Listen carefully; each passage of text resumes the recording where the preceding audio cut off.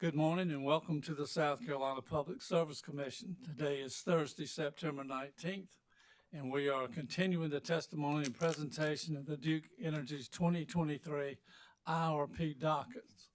First, I would note for the record that all commissioners are present in the hearing room. It also appears that all parties are present and I hope ready to continue. We are in the rebuttal stage of the case with Duke presenting witnesses and panels this morning, is my understanding. And I would say to the pleasure of you who are not getting paid by the hour that we will have to stop today, probably close to 5 o'clock.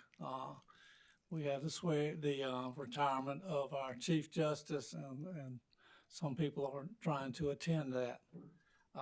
Duke, you may proceed. Thank you, sir. Good morning, Mr. Chair, Vice Chair, Commissioners. The companies will now call to the witness stand Mr. Stephen Capps, Benjamin Smith, and Mark McIntyre. Come forward, gentlemen, be sworn.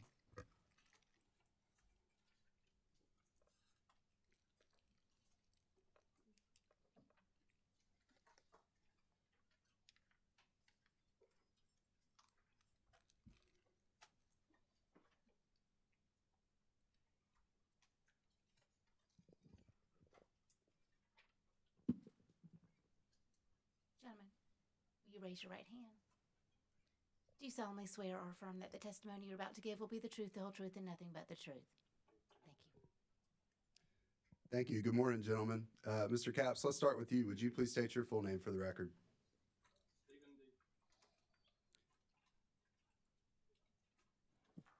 Stephen D. Capps. Are you the same Stephen D. Capps who previously appeared and testified before the commission in this proceeding? Yes, sir. Did you prepare or cause to be prepared 7 pages of rebuttal testimony that were pre-filed with the commission? Yes, sir. Do you have any changes or corrections to your rebuttal testimony at this time? No, sir. If I ask you the same questions that appeared in your pre-filed rebuttal testimony, would your answers be the same? Yes, sir. Mr. Chairman, I move that Mr. Capps' pre-filed rebuttal testimony be entered into the record as if given orally from the stand. The pre-filed rebuttal testimony of Mr. Capps will be entered into the record as if given orally from the stand. Thank you. Thank you, Mr. Chairman. Mr. Capps, have you prepared a summary of your pre-filed rebuttal testimony? Yes, sir. Would you please share that with the commission at this time? I will. In my rebuttal testimony, I respond to the Office of Regulatory Staff's critiques of the company's near-term actions in pursuit of providing new nuclear generation. The first small modular reactor is scheduled to begin commercial operation in 2034, and while the construction of a new nuclear plant is a complex undertaking, we are confident in our ability to construct this facility in a manner that is both cost-effective and mitigates schedule and regulatory risk. ORS and other interveners' assertions regarding the risk about the commercial availability of small modular reactors by the company's projected in-service dates are misplaced. While there are always risks associated with next-generation technologies, we are working with leading reactor technology vendors and performing detailed assessments to understand these risks. These actions, coupled with incorporation of lessons learned from recent and near-term nuclear construction experiences, both in the United States and internationally, will allow us to mitigate these risks.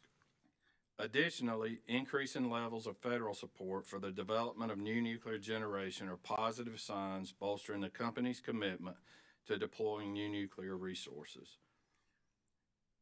In sum, long lead resources like new nuclear have a unique set of benefits and risks that must be fully considered. The company's measured and deliberate approach to further evaluate and develop these resources is required to preserve the timeline for placing these resources in service. We anticipate additional developments and will continue to check and adjust as necessary in pursuit of new nuclear resources. This concludes my rebuttal testimony summary. Thank you, Mr. Capps. Mr. Smith, will you please state your full name for the record?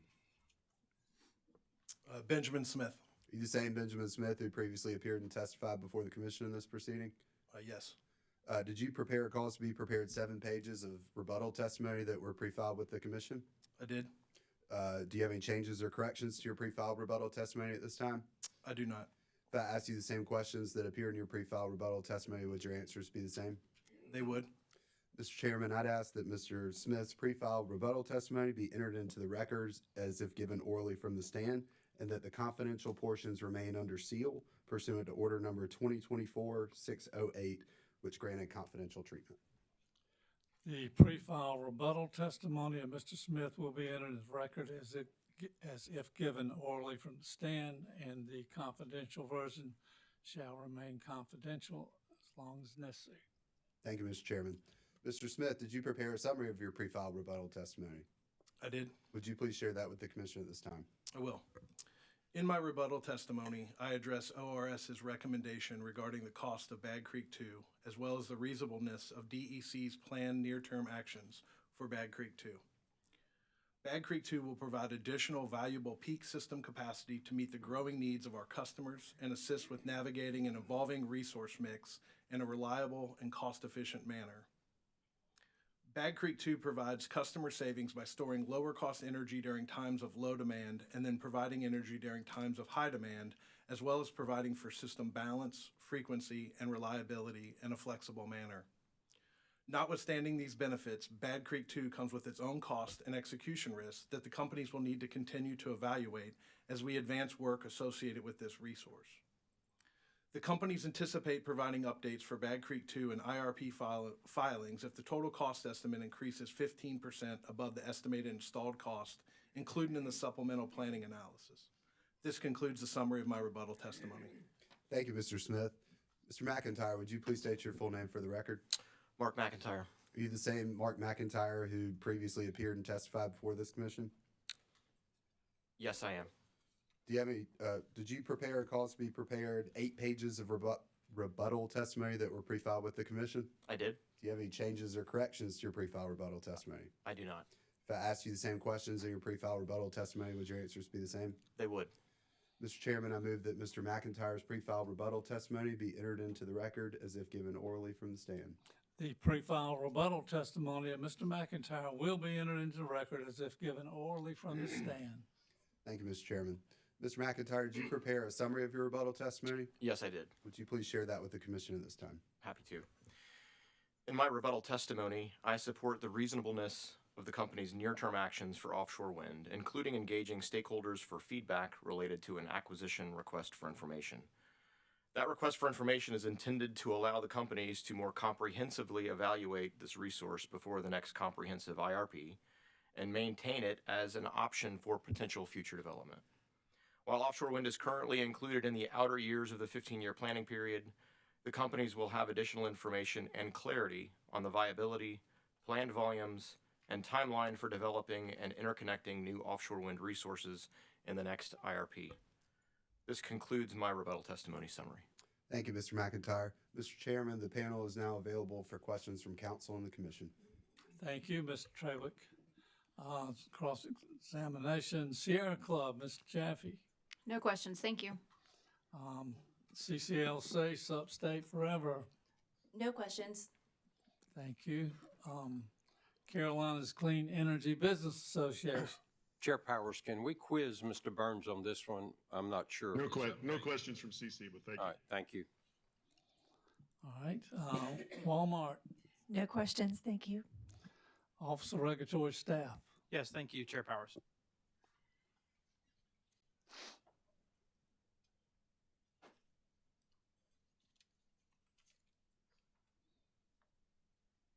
Apologies, gentlemen, just a second. I'm going to try and make a little more room up here.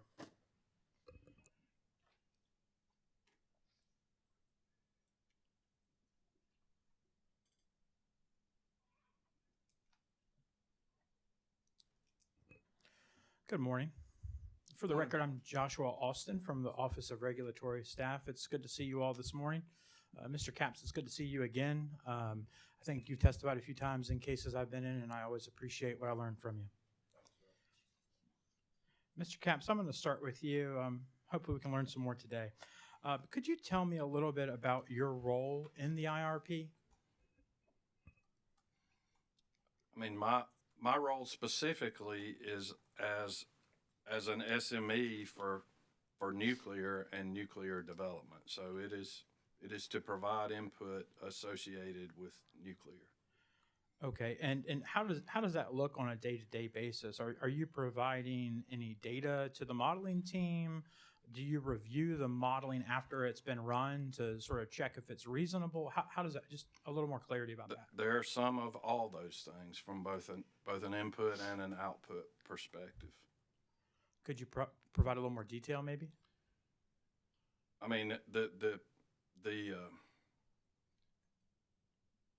interaction between the nuclear team and the modeling team is really about what's available. You know, some idea of cost, of benefit, and just making sure that the nuclear aspect of the resource in the model is characterized appropriately. Okay, so would it be fair to say that the model sort of controls, and then you're sort of like a sanity check or a reality check on what the model is producing? That is correct. And so you're not coming to the modeling team saying, you know, hey, we really need an SMR technology online. How can we model that in? That is correct. That is correct, as in you're not saying that? We do not say that. And I'm not trying to be difficult. I'm just trying to understand sort of the way the flow works. So the model runs what the model runs, and you guys as subject matter experts essentially just give it a sanity check. That is correct. Like if the model ran, we need SMRs next year, you'd say, obviously, you can't do that, just as an example. That is a good example. Okay, great. And would you agree with me that small modular reactors are a nascent technology?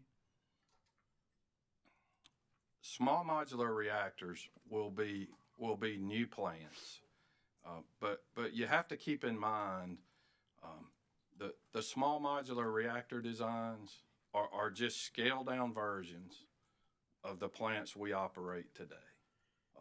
You know, the suite of small modular reactors being considered are either pressurized water reactors or boiling water reactors. In the 11 units we operate today, we operate both of those. So there are certainly differences from a technology standpoint, from a design standpoint. For example, the small modular reactors have a much more passive design in terms of event mitigation. So there are features that are different. But the fundamental technology principle of operation is no different than the plants we operate today. Okay, I appreciate that. Are there any active small modular reactor developments in North or South Carolina? When you say active developments, do you mean construction or? I mean, we are actively working on an early site permit for a site at Blues Creek in North Carolina. Okay, and I appreciate that, and that is good info, and we'll come back to that. But okay, then I guess let me ask the question a little differently. Are there any SMRs that are currently in construction in North or South Carolina? No, sir, there are not. And so there are none in that are actively being used in North or South Carolina?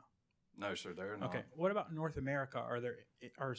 Let's skip the step there. What about the United States? Is there any small modular reactor that is currently in construction in the United States? Not in construction. And so there's no active SMRs in the United States either? There's not. Okay, what about North America? Is there one in construction in North America? OPG is doing the early site work, which I would put in the construction bucket, for an SMR in Ontario. Okay, and what's the difference between early site work and the ESP work that you're doing? Early site work is pre-construction permit work. And that's a step after the ESP work? That is correct. I appreciate that, because really, this is all Greek to me, so I appreciate it. So there is some, what you would consider pre-construction, sounds like permitting work being done in one location in North America. That's correct? There is pre-construction work being done at one location. There is permitting work being done at several locations. Okay. In your rebuttal testimony, you talk about learning from recent and near-term new nuclear constructions. I think it's specifically page 5 of your rebuttal.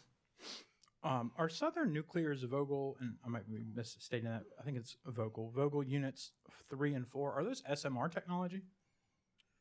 They are not SMR technology. They are large light water reactors, but they are both aspects of the design and aspects of the construction for Vogtle that would be very applicable to SMRs. What specifics would those be? I mean, Vogtle, for example, the Vogtle design is a digital design, a digital control system and protective system for the plant. SMRs would be similar. That's a generation beyond the plants we operate today. They're more. Okay. We have some digital controls, but they're primarily analog. So that's a generational change. The Vogtle units were designed with modules that were pre-constructed and assembled. The SMR design will be similar. So there are certainly parallels between Vogtle and SMRs that one could draw lessons learned from. Okay, and could another lesson learned be cost overruns? Were there cost overruns with Vogtle 3 and 4? There were.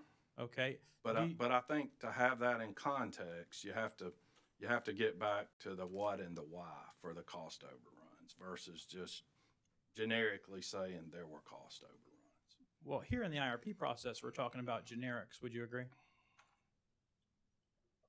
I mean, generics in the sense that it's a high level picture, but there's details behind how you bring that to fruition. I guess that was my point. Okay, and so you would say that even here in a modeling scenario, additional information, additional facts, additional circumstances could improve generic modeling.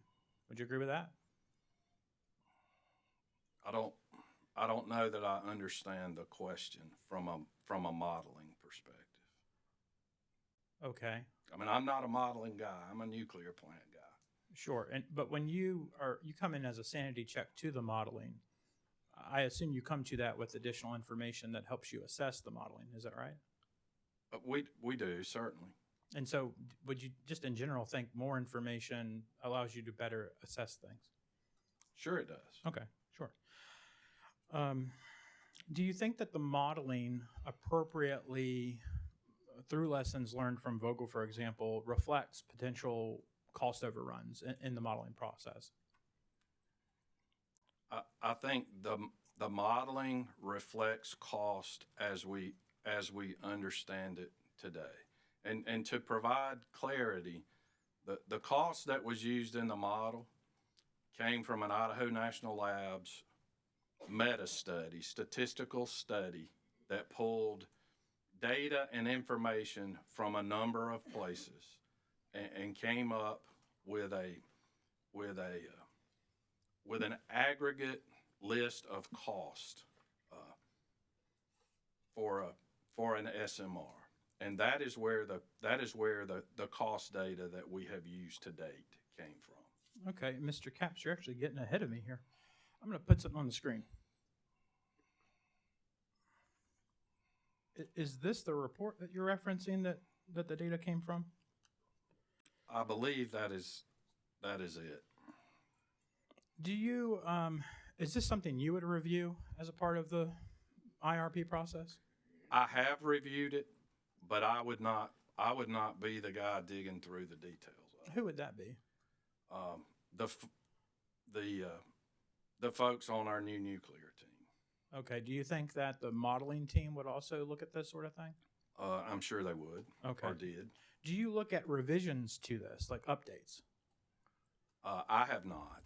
Okay. So you wouldn't be familiar with any other additional revisions to the report? I am not. Okay. No problem.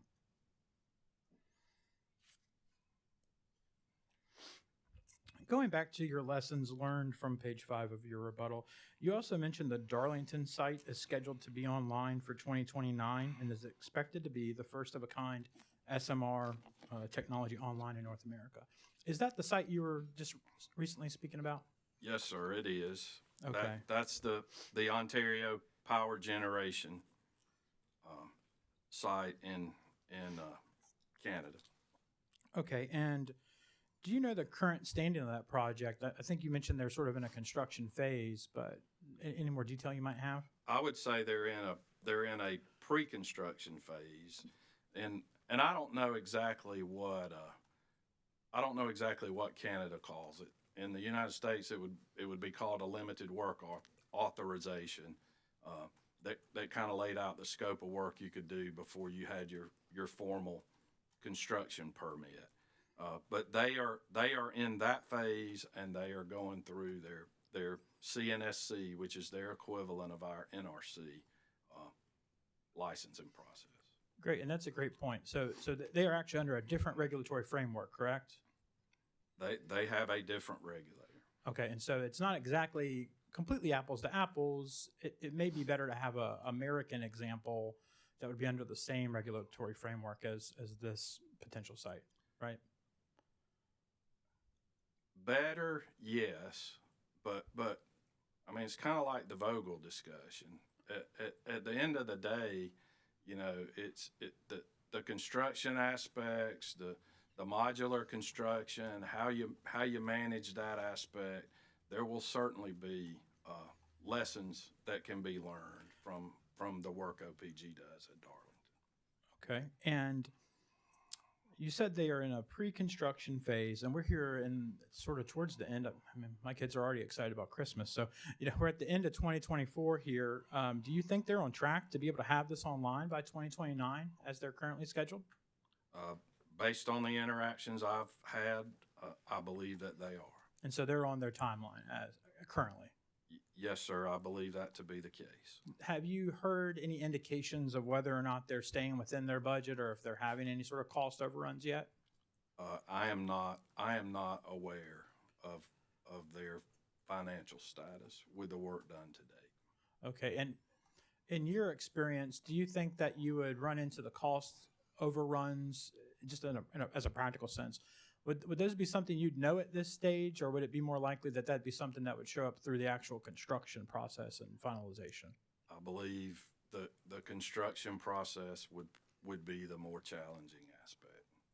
And so there's really not a lot of benefit where they currently stand on that issue of whether or not they're going to have cost overruns or not. I mean, there's not a benefit in the sense you can't use it to predict the future. Sure, and maybe a better way to ask the question is, there are no lessons to be learned on that specific issue of cost overrun yet from that build. I would agree with that. Okay, great.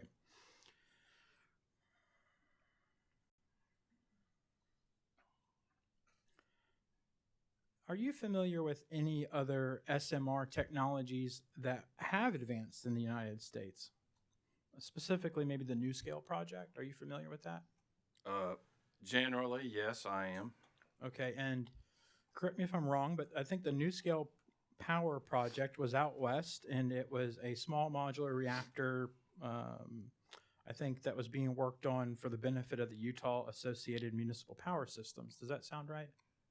Yes, sir, it does. Okay, and have you studied that development process in sort of keying in on what Duke is doing and lessons learned similar to the Ontario development? I mean, we're familiar with NuScale and with the UAMPS Clean Power Project.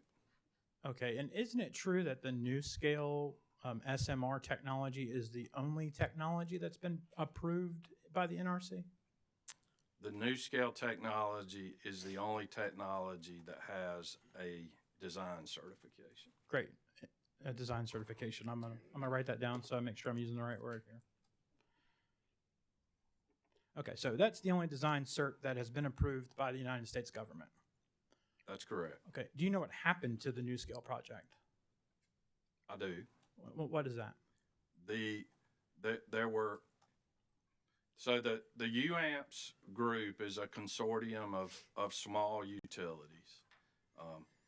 The intent was to build a project at Idaho National Labs that all these small utilities would collectively own a piece of. And as they worked through the process and supply chain and interest rates and other things, the cost increased. And so this consortium of utilities, NewScale felt that to go forward, they needed a certain level of conscription or power purchase agreements. I think it was 80%. And they ended up at something more akin to 20%. And made a decision that it would not be prudent to go forward. And from what I could find using the Google machine, as Mr. Torrey likes to say, it seemed that the costs on that development went from a little over $5 billion up to over $9 billion. Does that sound about right? I would have to go look, but that is in the ballpark. Okay, I mean we can agree that that's roughly the increase there. That's fine. And you know, you got to put it in context. It's you know, the NewScale design is smaller in terms of output. So I think they were actually talking about building 6 units in that $9 billion. Okay, so how small were those units? That was, I think they're 77 megawatts. 77 megawatts. Okay. So you got me over here, a lawyer doing math over here. Let's see. That's about 460-ish megawatts, if my math is maybe right. That sounds about right. 450, 500, somewhere in there. We'll call that the lawyer's rounding error there. So that's a little bit less than what Duke is currently developing or planning to develop in the, I guess, IRP window, correct? Yes. Okay, and how much are you looking to develop? 600 megawatts by 2035 is what's reflected in the IRP. Okay, and so you're not using the NewScale design cert approved plan? We are still evaluating technologies, one of which is NewScale. Okay. And we have said that by early 2025, we will select a technology, which is part of the basis for using the Idaho National Labs cost, because until you pick a particular technology, it's very difficult to go come up with a plant-specific cost. So, I mean, we are evaluating a number of SMRs, one of which is NewScale. Okay, and would you agree with me that even some of that pricing information from that report is relatively stale?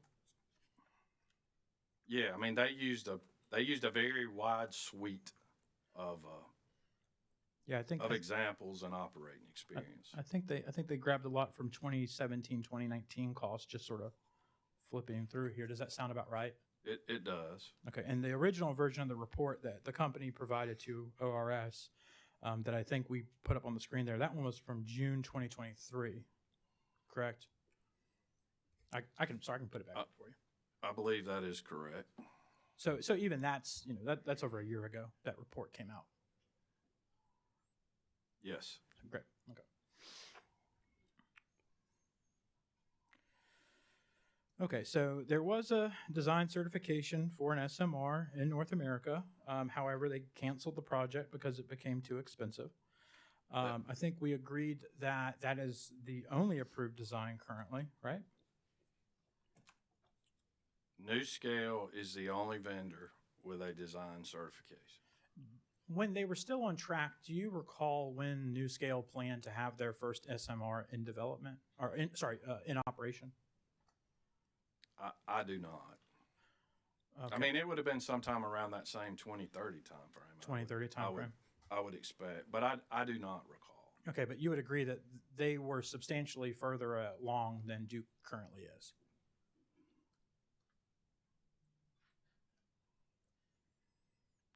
I need to think my way through that. I mean, NewScale has a design certification.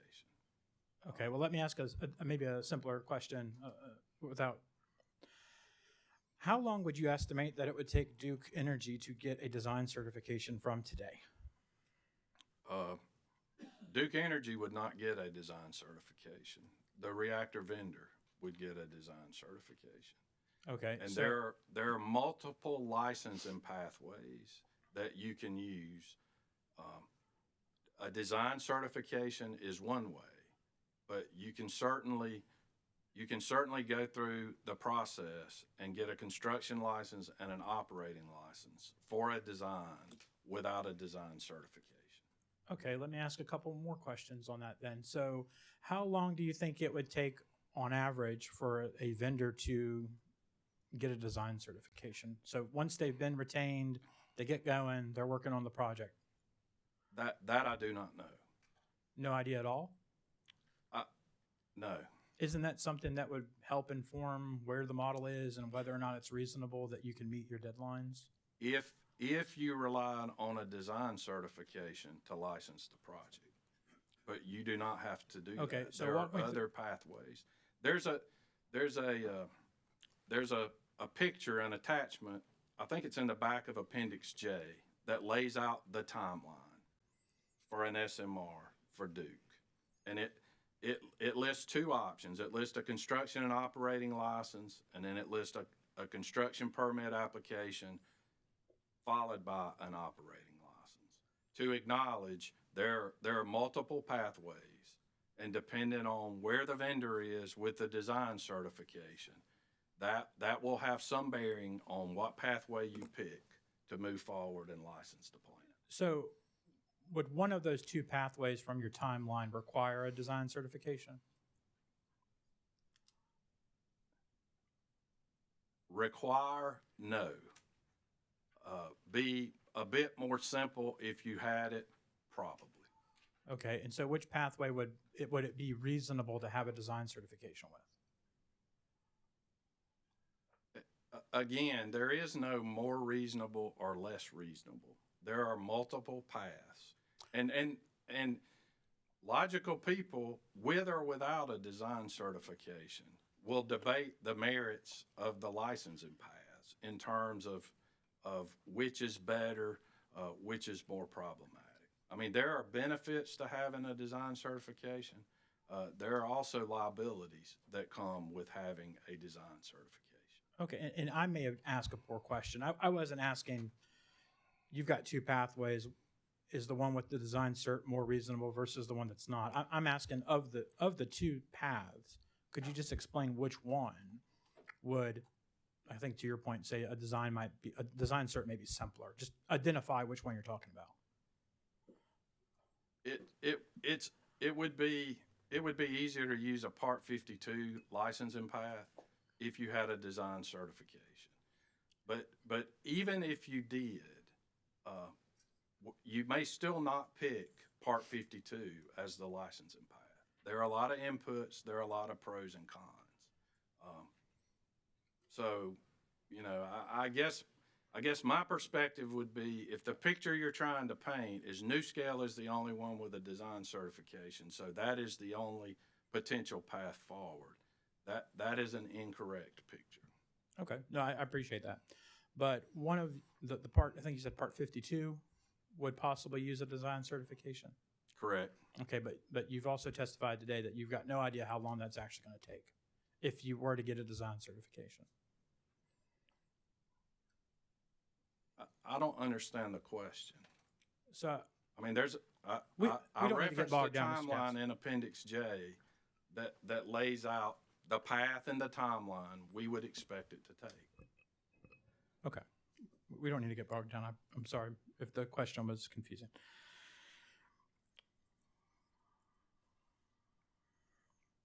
Mr. Capps, in your rebuttal testimony on page 2 and 3, you say, and I think I've got this quote right, I also explain that the companies will have additional information and clarify on the viability, planned volumes, and timeline for developing and interconnecting a new nuclear resource to the next IRP. Do I have that right? Tell me where you are in my... I think it's the bottom of page 2, top of page 3. I'll turn there with you.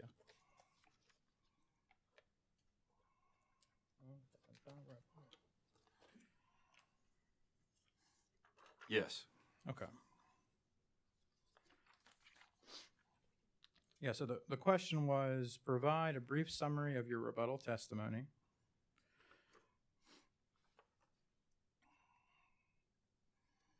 And then bottom of 21, it says, I also explained that the companies will have additional information and clarity on the viability, planned volumes, and timeline for developing the interconnected new nuclear resources in the next IRP. Between this IRP and the next IRP, the companies intend to expend significant development costs, do they not? I believe the ask or the projection is $365 million. Well, that's new spend, right? In total, isn't it more like $440 million? It is $75 million plus $365 million. That is correct. And that is between 2023 and 2026. Correct. Okay, and so that money will have already been spent and out the door by the time the next IRP comes around, correct? That is correct. Okay. And let's see here. Sorry, just bear with me. I've got too many papers over here today.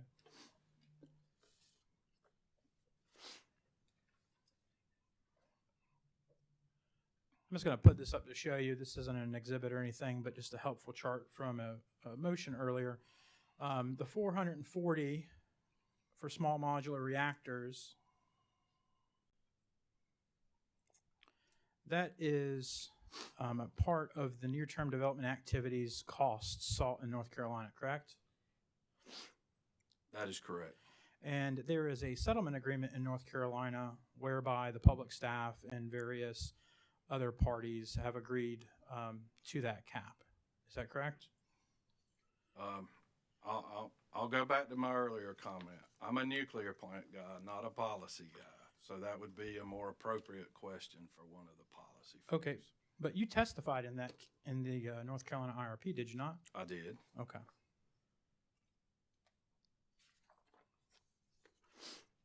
And you said about $75 million was already spent. Here is a copy of, here, I'll just go ahead and identify it fully here.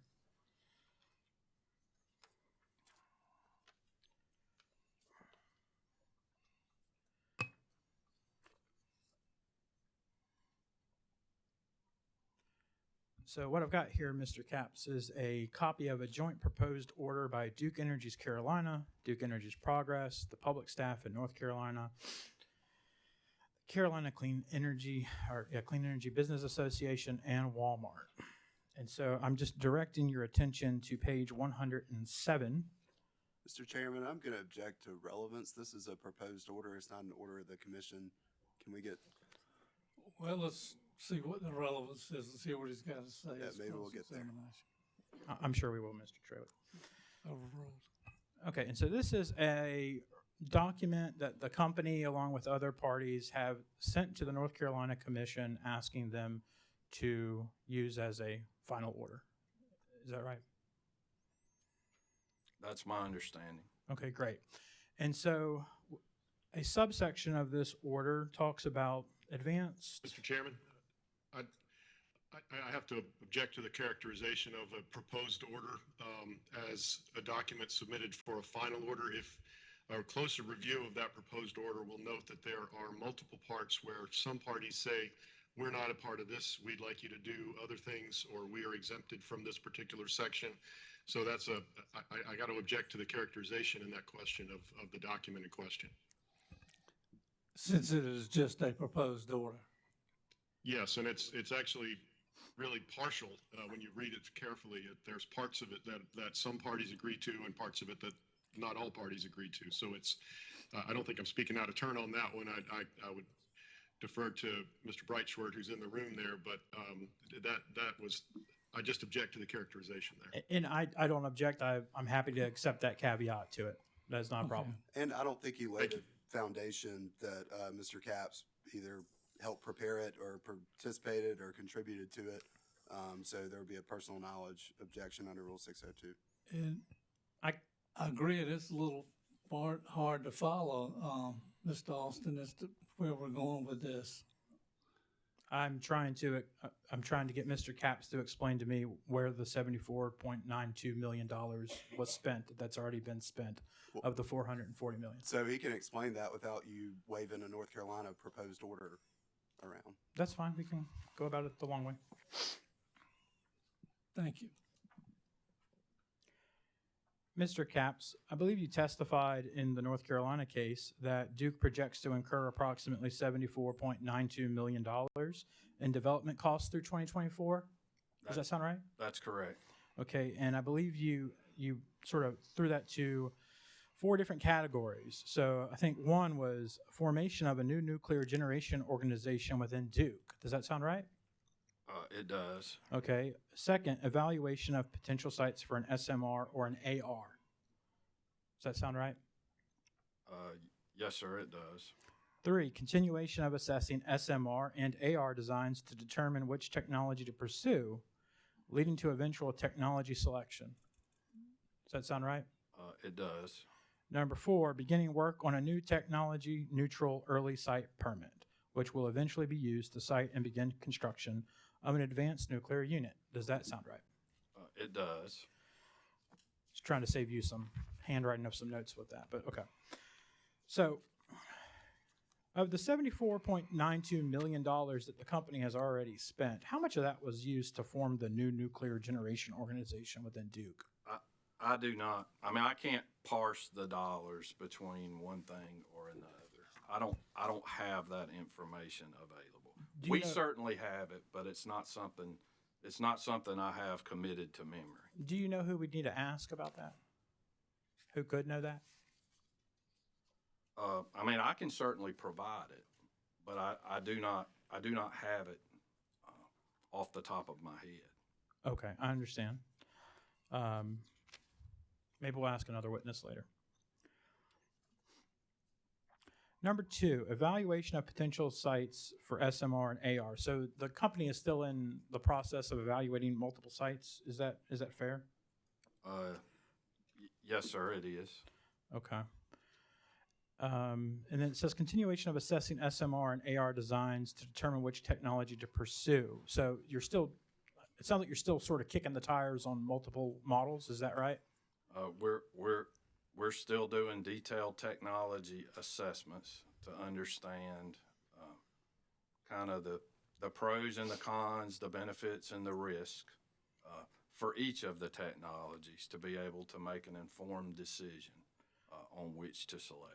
Okay, and so how many technologies in general is this? Is this 2 technologies, 5 technologies, 20 technologies? 4. 4. Okay, so we're kicking the tires on 4 technologies. Okay, and then beginning work on a technology neutral early site permit. Is it possible to start an early site permit without knowing which site you're going to be at? It's not. Okay. It's not site independent. It's technology independent. Okay. So the site is Blues Creek. The specific technology has not been selected. So the process allows you to develop the early site permit based on a plant parameter envelope. So you can take the technologies you're considering and essentially envelope all of those and go through the early site permitting process for that site, for that collective group of technologies. And then sometime subsequent to that, you can pick a particular technology. Okay, that makes sense. So there's some flexibility there for the company as it continues through the process. It allows the design to continue to develop. So it allows you to make progress from a site permit, safety and environmental review perspective, while still allowing the technologies to develop. So it's a way of making progress while prudently managing risk. Okay. So the second subsection of where the $75-ish million has gone was evaluation of potential sites for an SMR or AR. Are you saying that part of the process is done? You've got your site? We have a site. I mean, ultimately, there will be multiple sites. so some sites for some SMRs, some sites, another site for other SMRs potentially. Correct. Okay, so we're not just kicking the can on multiple sites and multiple SMRs right now. I don't understand the question. Or kicking the tire, sorry, not kicking the can. I think if you look through the timeline, it would actually in the 2025-2026 period have us starting an early site permit on a second site. So that site screening, that site review is to work through the process of evaluating sites to know where would site 2 be, where would site 3 be, you know, what are the any limitations and constraints on sites. Okay, and that second ESP process, is that for the small modular reactor megawatts that are needed in P3 fall base for 2035, or is that for further out? I would have to go back and look. I think the 600 megawatts through 2035 is at one site. Okay, so that additional second ESP is for a later date outside of this IRP window. I think I'll have to go back and look. I thought the P3 base had 2,100 megawatts, or what was it? I'll look. I may have it wrong, Mr. It's Capps. more than 600 in the total IRP. Period. Let me see if I can pull something that might help both of us here.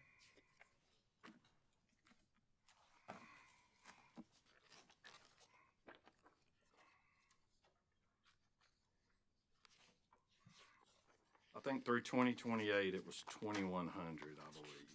Oh, you mean 2038? Or 2038. Thank you, sir. Yes, sir. Yeah, I was hoping Mr. Snyder's supplemental NTAP would have it, but it looks like that's only 600 by 2035. Yeah, it's in the supplemental plan as well, Okay. or the supplemental filing. So yeah, so it's 2.1 gigawatts, 2,100 megawatts. Okay. Thank you for that.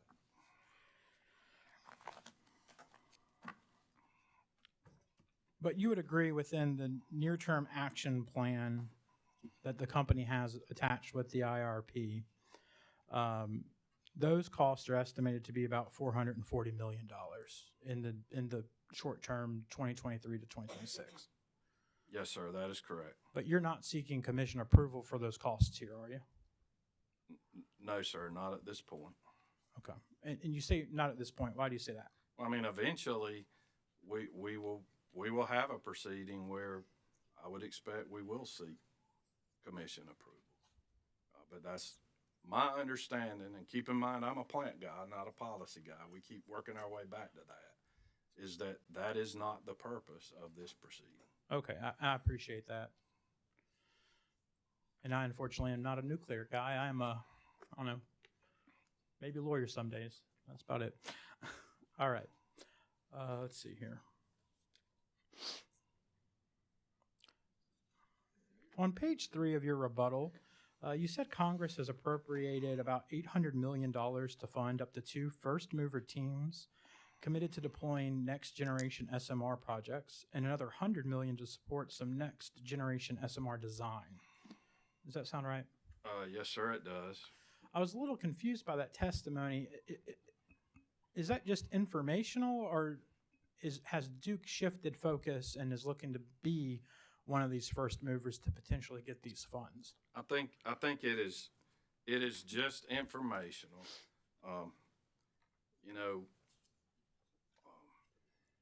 The first thing, or I guess another thing to consider is when you say first mover, relative to what? Relative to SMRs in general, relative to a specific technology or a specific vendor of SMR. So there's some vagueness to the question of what defines a first mover. Sure. Let me try to add a little structure to it. So I guess 2 questions. One, and I'm just going to ask you one at a time.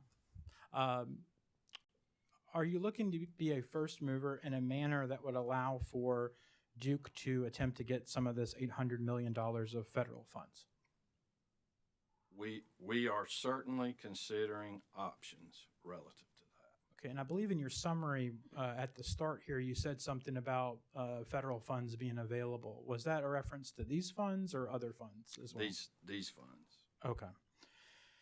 And so the other part to that question then, are you looking or considering to be a first mover in a manner that you would become a first of its kind from a cost outlay perspective related to that Idaho report?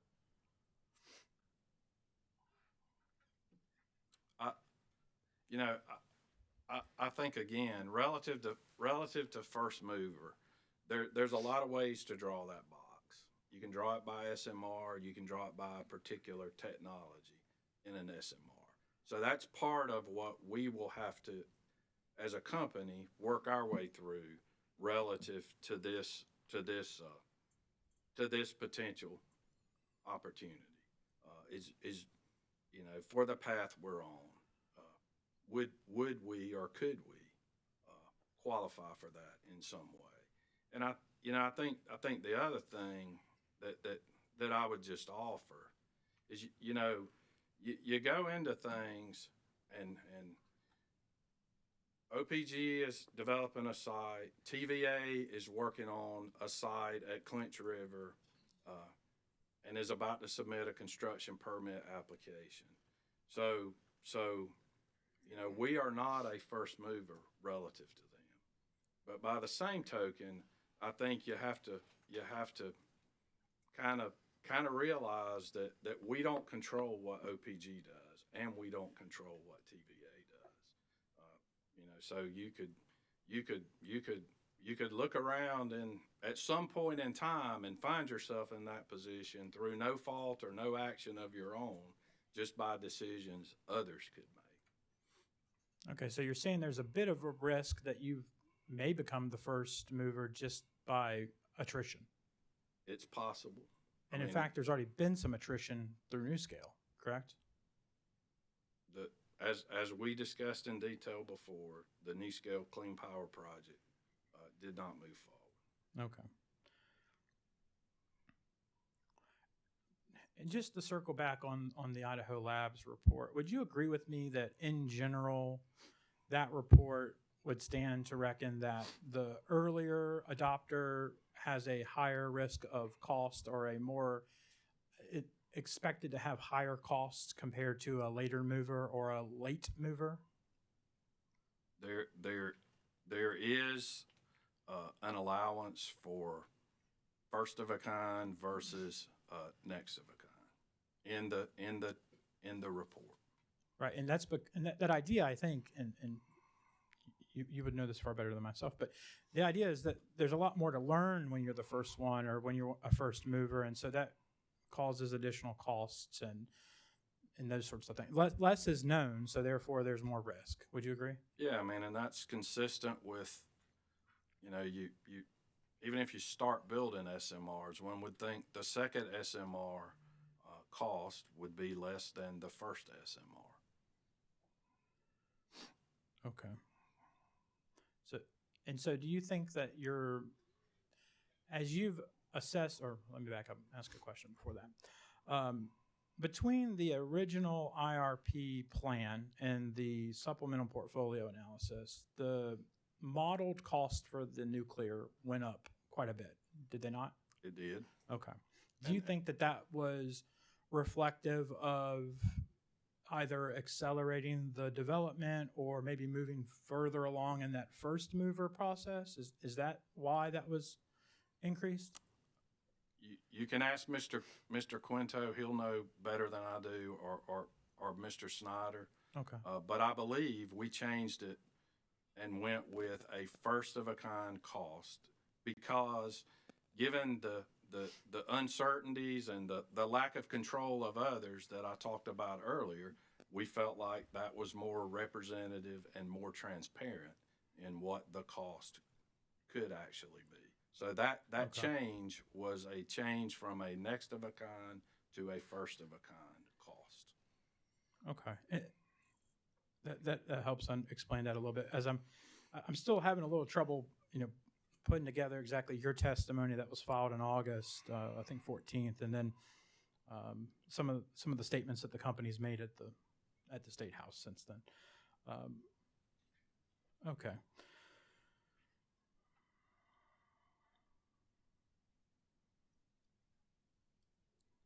Just trying to organize my thoughts and maybe skip a couple of these. I think we've already covered them.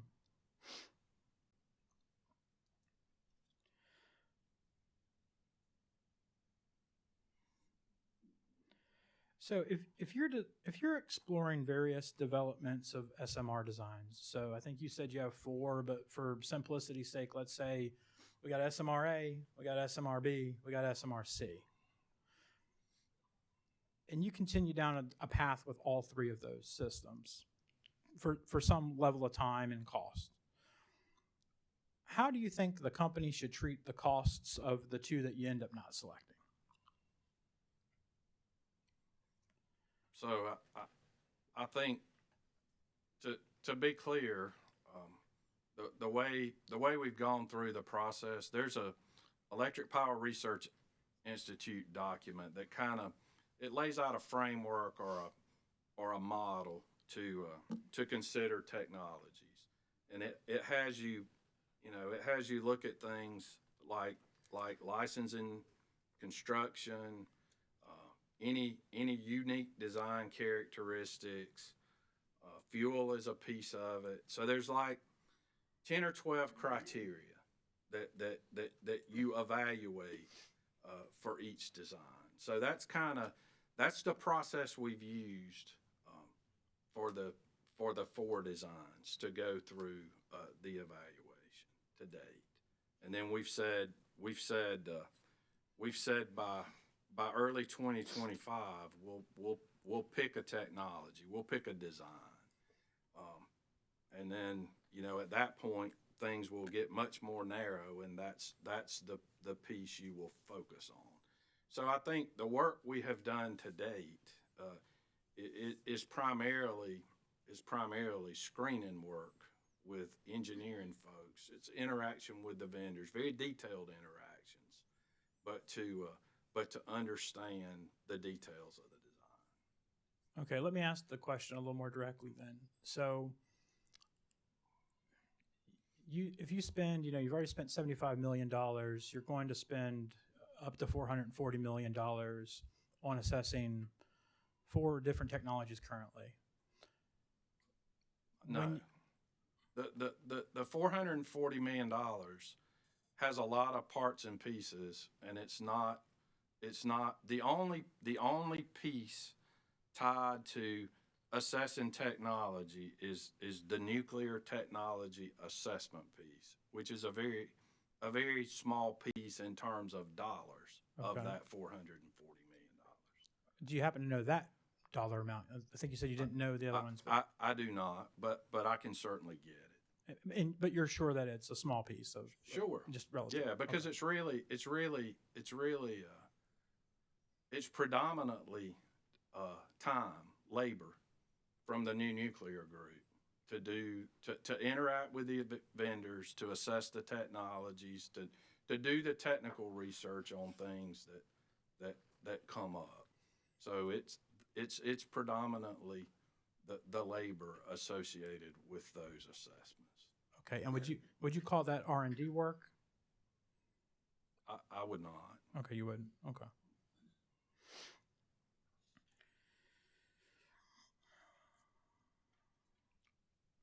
If the company goes forward in the next 3 years and comes back in 2026, and maybe some of the economic development didn't come through, or maybe the EV adoption rates are a little lower. I think Ms. Reed said that they're already not quite meeting what they're expecting.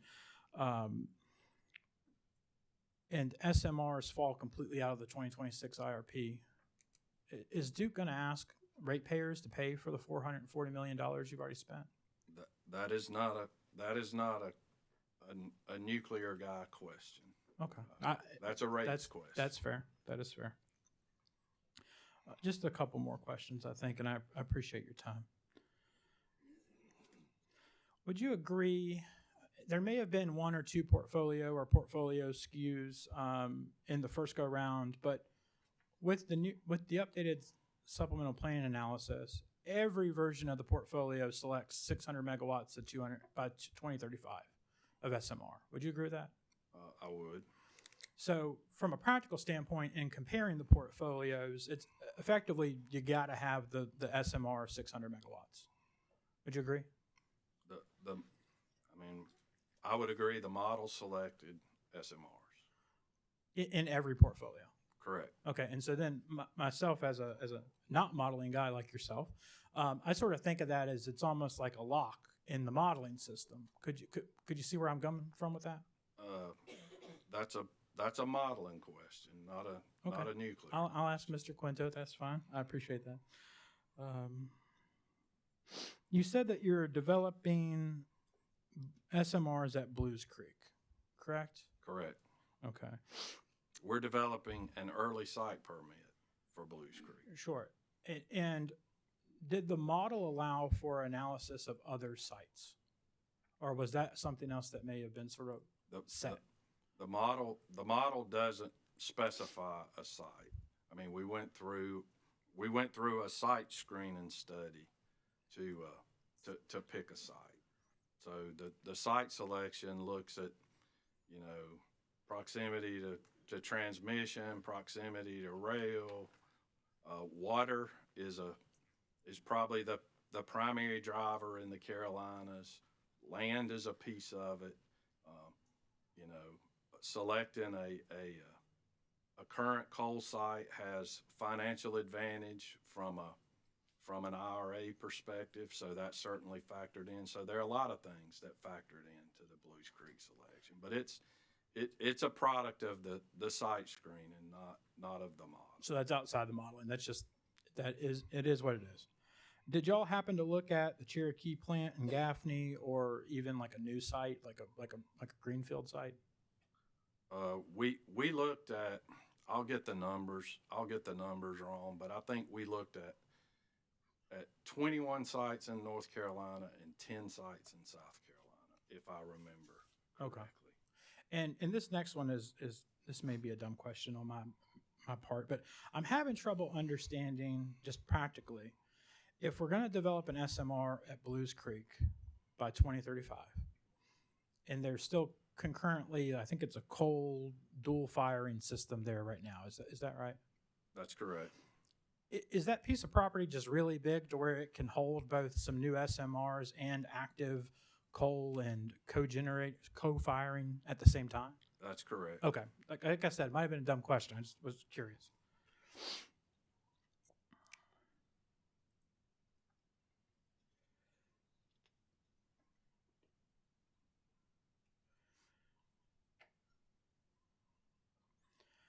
I think we established that the SMRs are modeled in every portfolio after the supplemental plan analysis came into effect. Is that correct? That's what we talked about previously. Right, and that in part is because of that tremendous additional growth we're going to see. That is my understanding.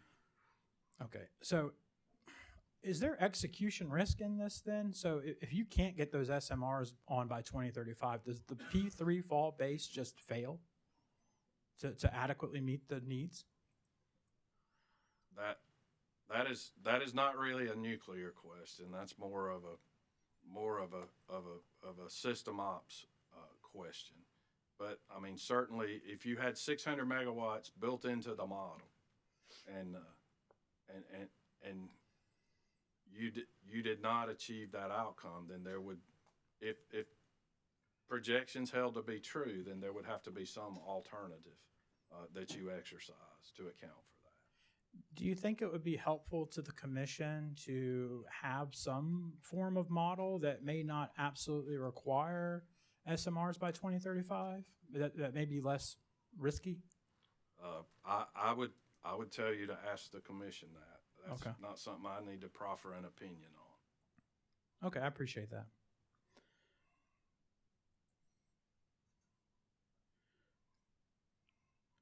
I'm just going to look at my notes real quick with him. I've got questions for the others as well, though. if that's all right.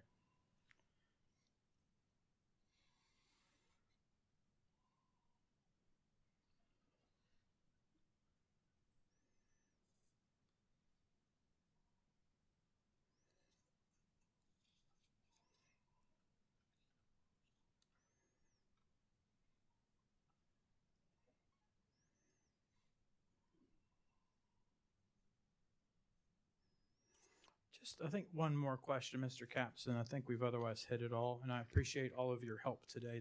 I understand this a lot better now.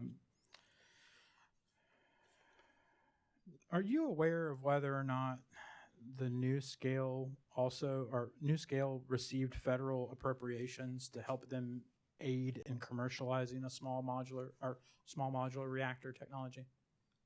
I believe NewScale did receive federal appropriations as part of the development for the Clean Power Project. Okay, and do you, like, on a scale, do you know sort of generally how much that might have been? Are we talking tens of millions, hundreds of millions, billions? I do not know. I mean, it was certainly more than tens of millions. Okay, but nonetheless, that project still was not financially viable. I mean, the financially viable, the small municipalities that were collectively considering it, and you got to keep in mind some of these entities were after 2 megawatts, 3 megawatts, so they were truly small. Okay. Did not feel comfortable from a risk standpoint. Okay. So they did not end up with the subscribed power that they felt like they needed to move forward. Okay, great. I appreciate that. All right. I'm going to step away from you, but I appreciate your time today. Mr. Smith, I've just got a couple quick questions for you. How are you doing today? I'm good. Thank you. And you were responsible for testimony related to the Bad Creek expansion project. Is that correct? That is correct. Okay. And would you agree with me that similar to the SMRs, the company modeled Bad Creek 2 expansion in every portfolio?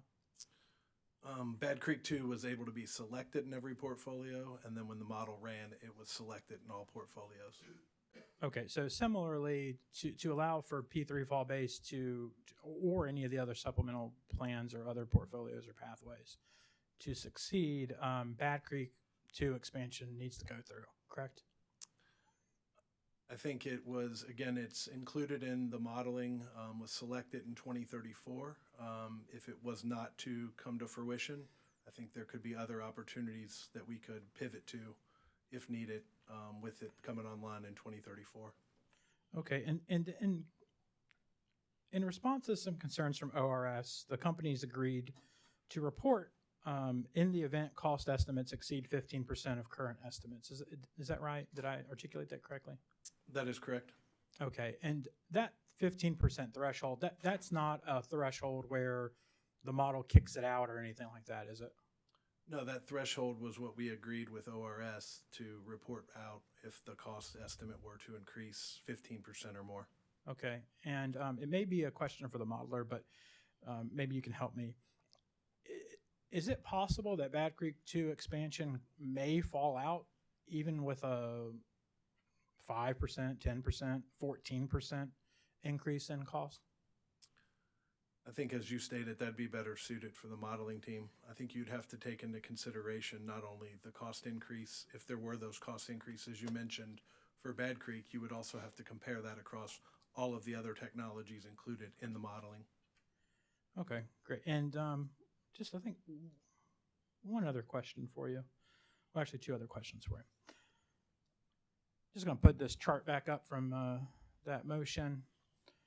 Bad Creek 2, that's selected for South Carolina and North Carolina, correct? That is correct. And in the near-term development activities cost sought in North Carolina, there's a request for pre-approval of up to $165 million for Bad Creek 2. Is that correct? I wouldn't agree with that. I don't think we're asking for pre-approval of those dollars. We're just trying to educate the commission on what the development costs will need to be to continue to allow Bad Creek 2 to be a asset that can be, keep the optionality for that asset for the future to serve customers of South Carolina. Sorry, I may have said it without saying it correctly. I think I had said in North Carolina. I apologize. Again, we requested in North Carolina $165 million for development costs for Bad Creek 2. And the public staff agreed with that recommendation or request within the settlement agreement. Is that right? That's my understanding. Okay, great.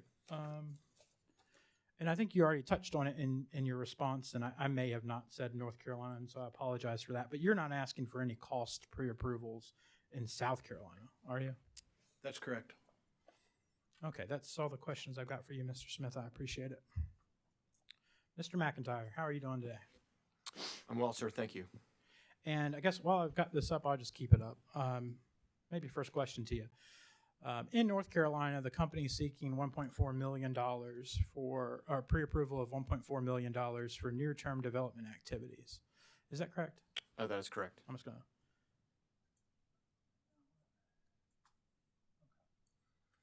I appreciate that.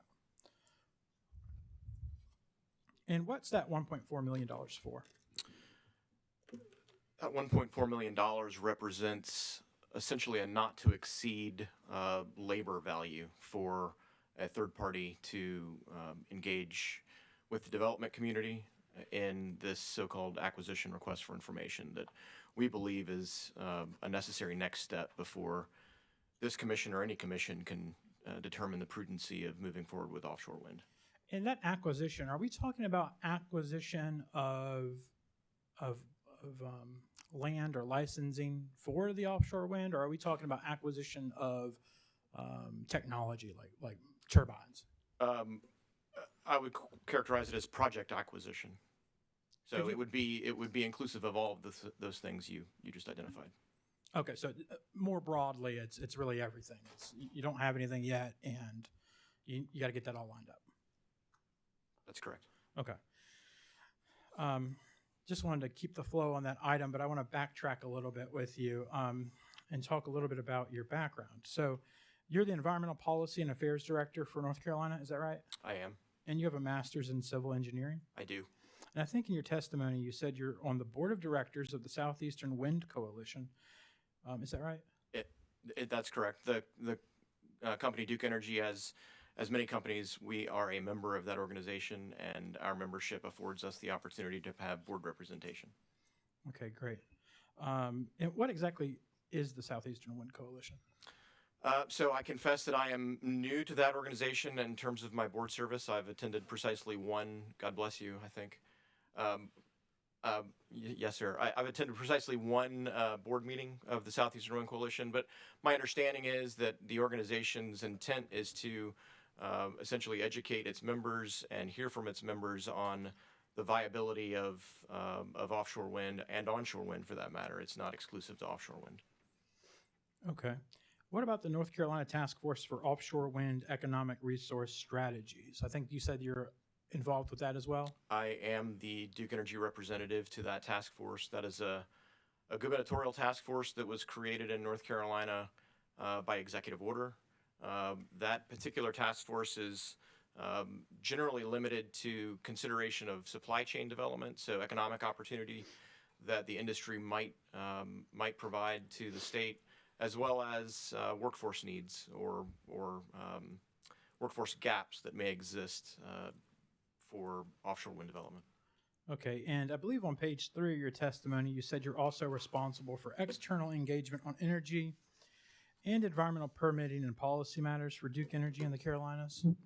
I certainly support that function, yes. Is that just for the Duke Energy Carolinas and Duke Energy Progress, or is that for the larger Duke Energy company? Just for the two utilities. Okay.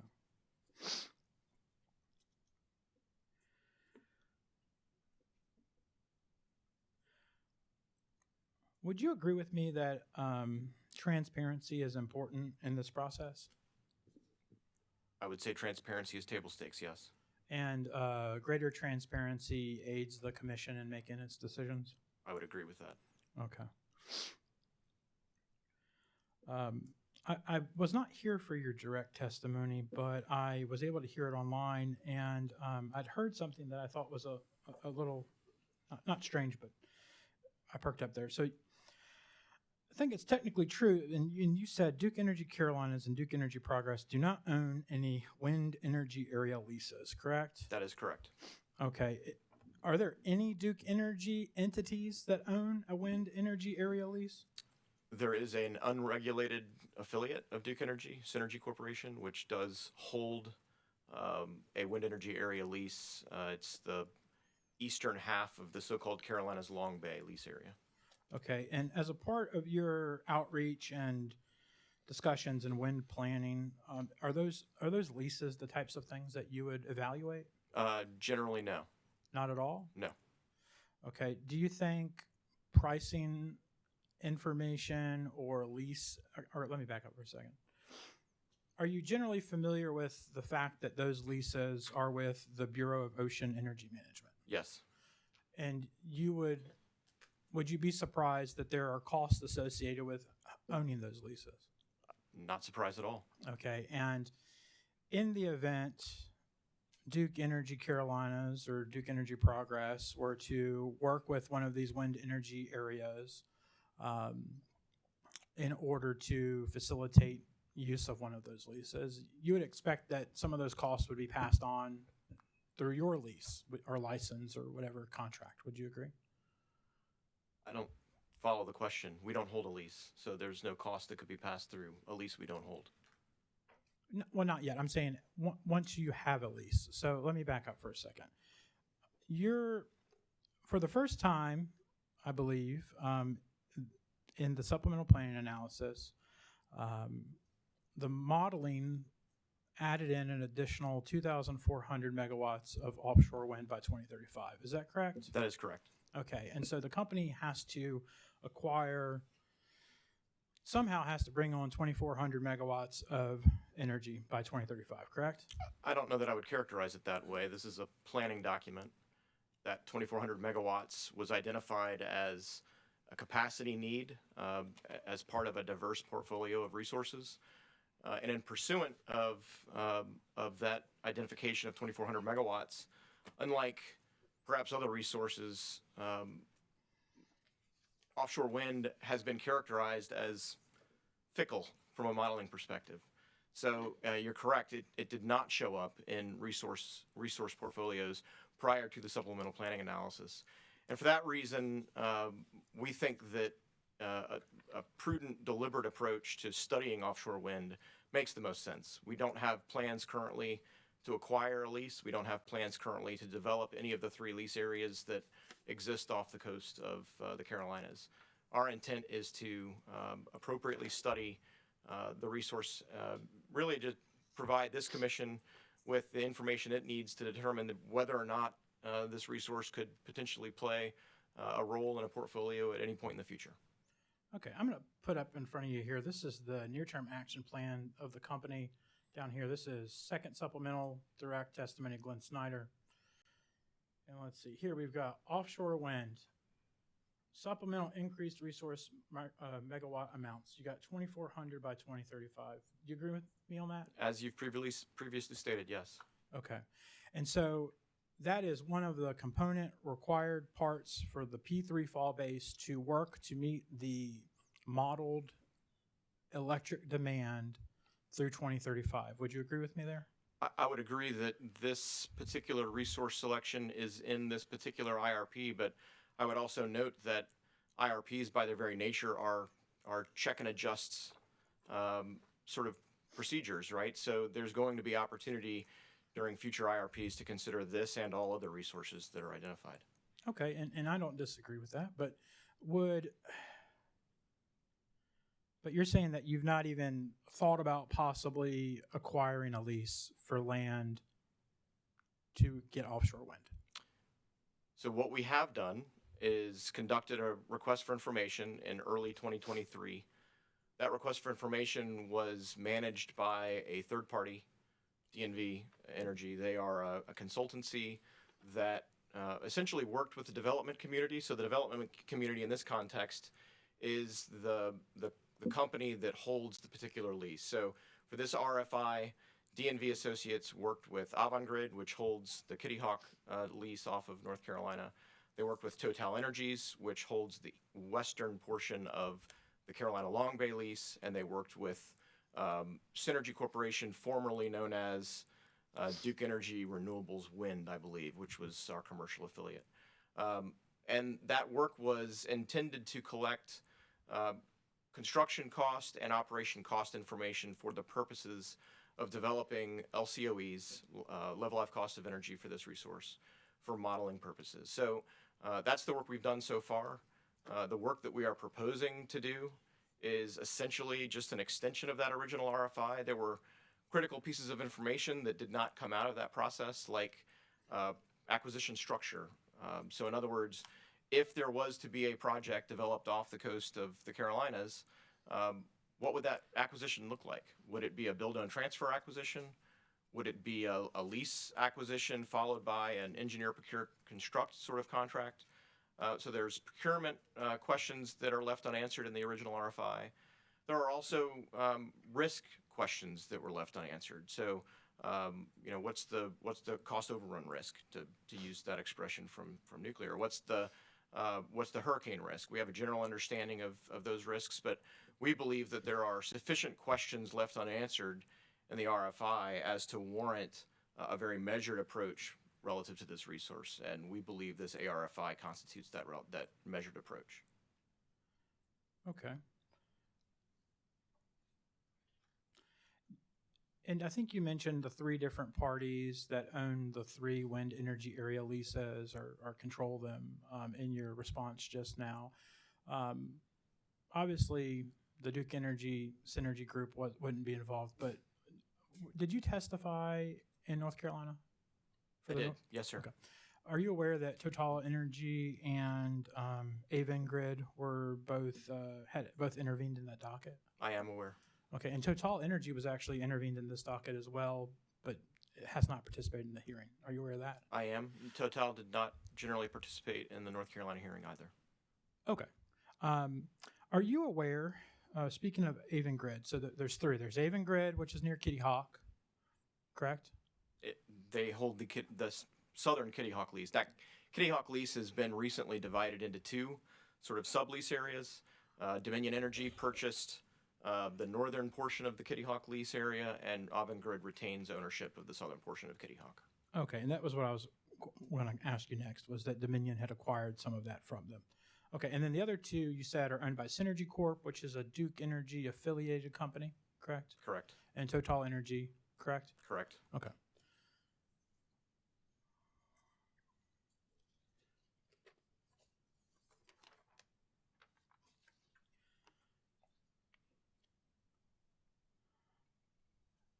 Mr. McIntyre, I'm going to show you a page off of the Duke Energy website entitled Offshore Wind Energy. Have you ever looked at this page before? Without additional context, I can't say whether I have or I have not. Sure. So, this is just the energy education page on the website. It's got some information about Duke Energy in the Carolina Long Bay, and it's got some links to some fact sheets, some Long Bay major project milestones, Long Bay fact sheet, Long Bay survey fact sheet. Do you know about any of this? I mean, I'm probably familiar with the content of those fact sheets. I can't, without seeing them, I can't tell you if I've actually seen them. Okay, and we'll get to those, and I appreciate that. So this page off of the website, it notes that, and just let me know if I'm reading this incorrectly. In 2022, Duke Energy, through its non-regulated direct subsidiary, Synergy Corp., became one of the 2 offshore wind lessees for the Carolina Long Bay area east of Wilmington, North Carolina, an area that could support the development of up to 1.6 gigawatts of offshore wind. 1.6 gigawatts, that's the same thing as 1,600 megawatts, is that right? It is. Okay. And then it also says they hold the adjacent lease to Total Energy, which I think that you already mentioned. Is that right? That's right. Okay, and then on the next paragraph it says Duke Energy and Total Energies are collaborating on early development activities that we believe will be that collaboration on innovative technologies is key to delivering reliable, affordable, and clean energy. Does that sound right? That's what it says, yes. Okay, now that we've looked at this together, is this something you've seen before? I'm familiar with the content, but I can't tell you if I've seen this specific website. Okay.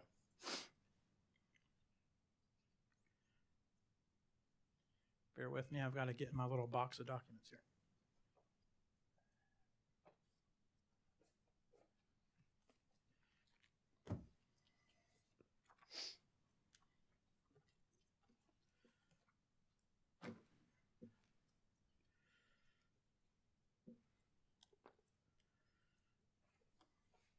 Okay. So next I'm going to put up something. Let's see here. And this is called the Carolina Long Bay Offshore Wind. It's Duke Energy. This is one of those affiliated documents that is referenced off of that website for Duke Energy. I'm going to put it up, see if I can figure out how to work this.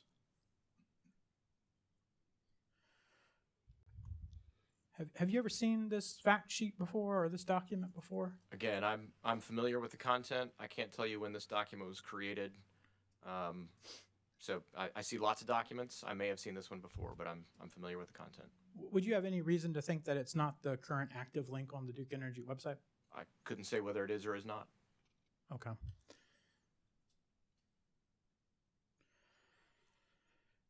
Chair Powers, I would move this in as the next hearing exhibit.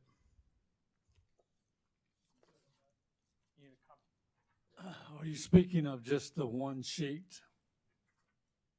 Or is it several? Yes, sir. Just this one page fact sheet. It is a PDF that's available on the Duke Energy website.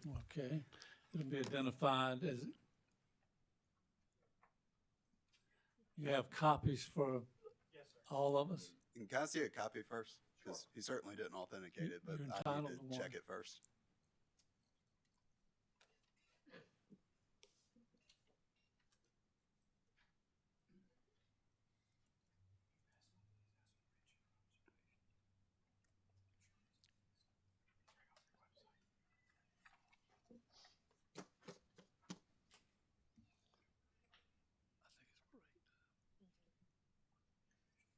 Where's the link?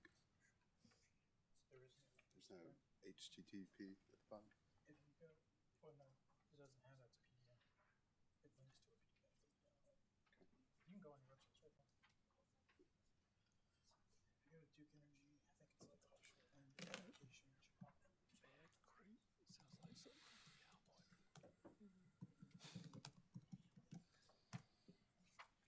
Right, offshore wind. Going down. There's some hyperlinks, fact sheets. And I think this is the second one, fact sheet.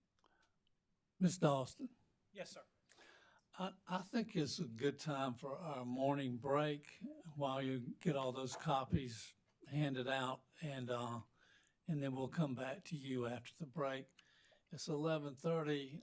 Let's come back at 11:45. Thank you very much. We're in No problem. Thank recess. you.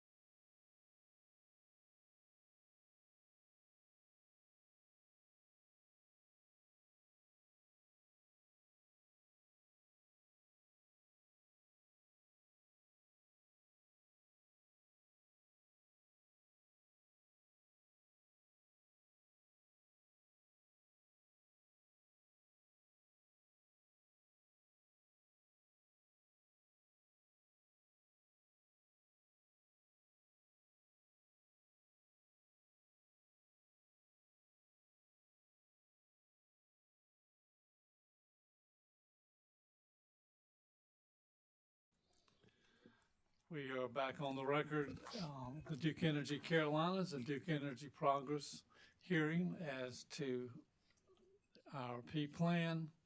All commissioners are present in the hearing room. All attorneys seem to be present. We are in the cross-examination of Duke witnesses. And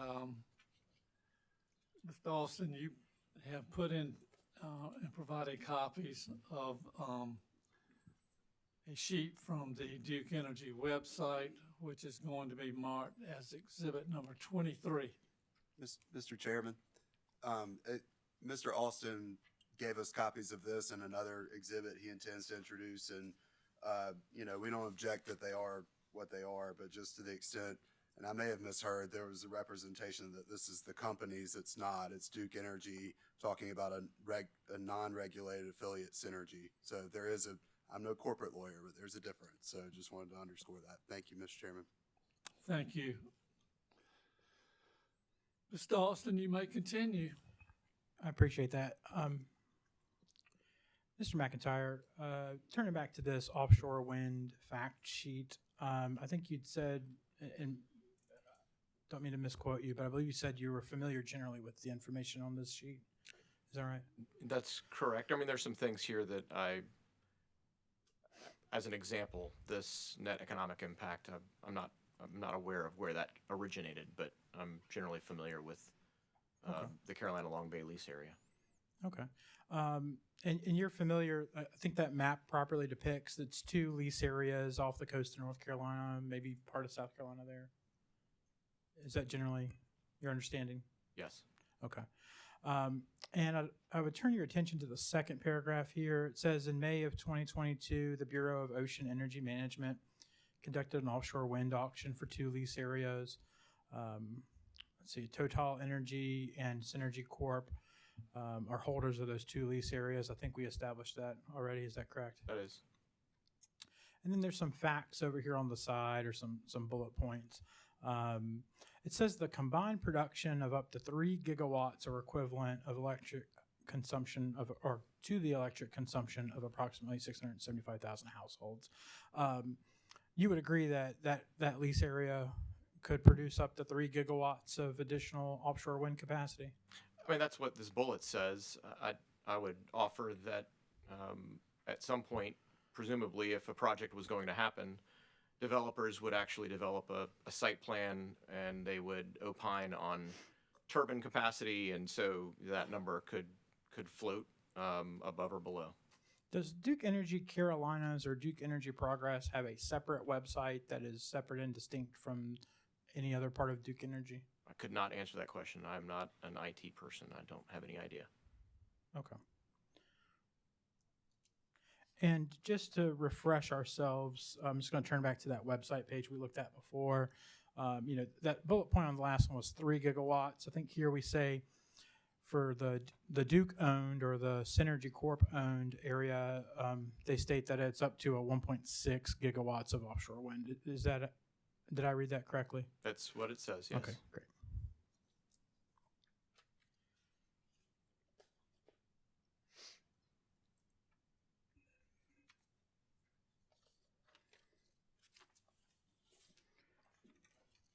I'll show you one more document off of that website. This is the Carolina Long Bay Major Project Milestones. Is this a document you're familiar with? I have seen this before. Okay. And this looks to be accurate. I also pulled this from the website. You think you have seen this version before? I have seen a version of something similar. I can't represent that I've seen this precise version. Okay.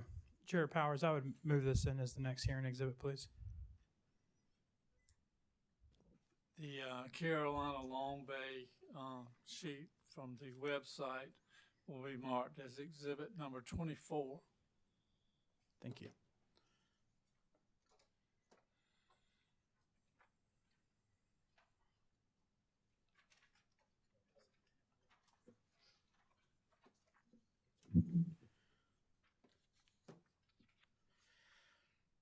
Hey, Donna, can I get one back?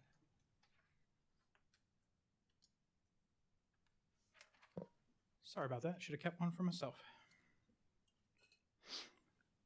And so looking at this timeline together, I think based on what we see here, we are somewhere in the site assessment area. Is that, would you agree?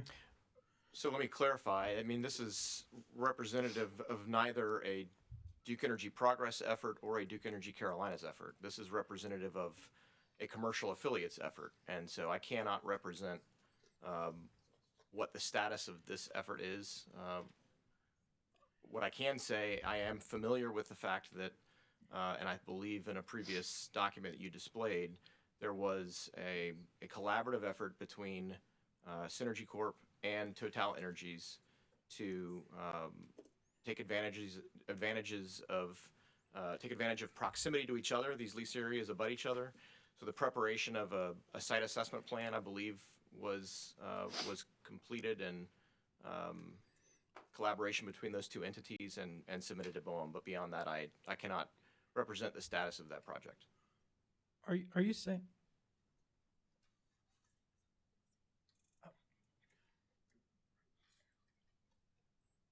Sorry, just a moment. I'm hearing that it's hard to see this. Oh.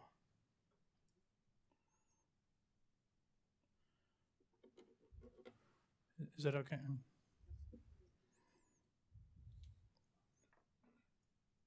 Is that any better?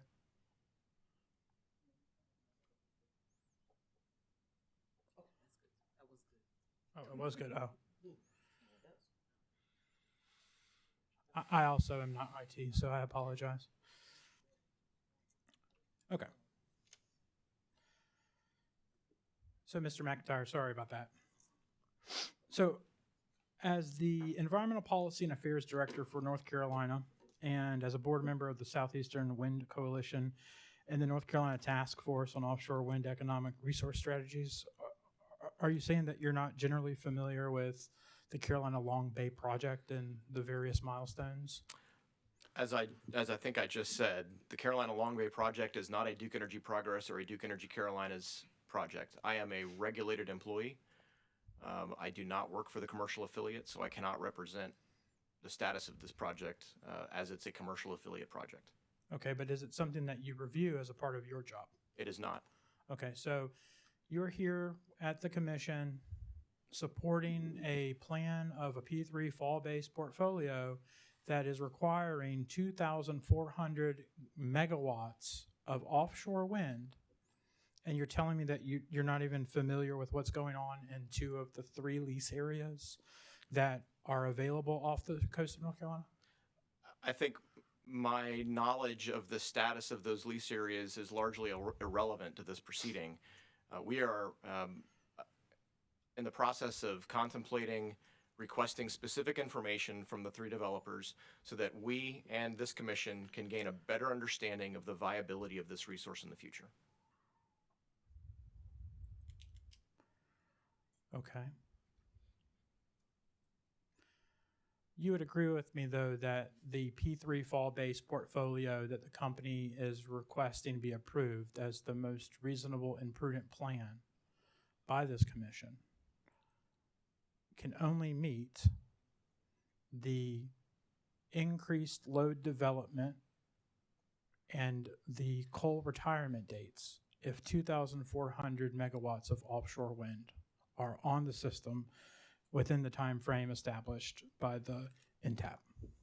Do you agree? I would agree that 2,400 megawatts of offshore wind were selected in the supplemental planning analysis, but I would also offer that there will be future opportunities to assess that number, assess the resource and updates to this IRP and future proceedings. So if you think about this as a static document that will never change, 2,400 megawatts is the number, but I would assert that there is check and adjust opportunity for this commission moving forward.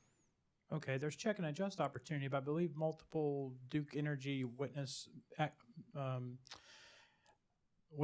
have stated that as a part of the IRP process, you have to sort of snap a chalk line or snap a line in the sand for modeling purposes. Would you agree with that?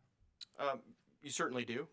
Okay, and so the company is asking the commission to approve the P3 fall-based portfolio as is. They're not requesting that with caveats of adjusting some of those systems later on down the road. That would be another IRP process. Would you agree? I would agree with that, yes. Okay, and so then hopefully we can also agree that in order for the company's preferred portfolio to be approved, the company would need to execute on 2,400 megawatts of offshore wind. That didn't sound like a question, but Would you agree? So I believe that what we have to execute on is a very deliberate and measured assessment of the viability of this resource. And that's what we've proposed in the near-term action plan. Do you think that's something you should have done before you put forth this portfolio? We certainly did conduct a request for information in 2023. I will remind the ORS and the Commission that offshore wind did not show up in the original IRP as it was filed in 2023. Offshore wind was selected after the supplemental plan, or during the supplemental planning analysis after the load forecast went up. And so we believe that because of that, in lieu of proceeding to procurement of this resource, the right approach, the prudent approach, is to take a very measured and thoughtful approach that involves further study, which I believe ORS witness Salter said yesterday in his testimony that that's the appropriate approach for resources like this. So we're simply asking for concurrence that studying this resource and gaining more information is the appropriate next step. And that's what you're asking to do in the near-term action plan. That's correct. All correct. Okay. But still, I believe you said that you still need to check out the viability of the portfolio, or the viability of the 2,400 megawatts. Right? Is that correct? Well, as part of the ARFI, we will be engaging a third party to help us work with those three developers to understand the extent to which this is or is not a resource that can play a role in the future mix. Is there more execution risk in a portfolio plan that includes a resource that you don't even know is viable or not yet? Would you agree that's additional risk? So I think that's probably a question better answered by our modeling team or resource planning team.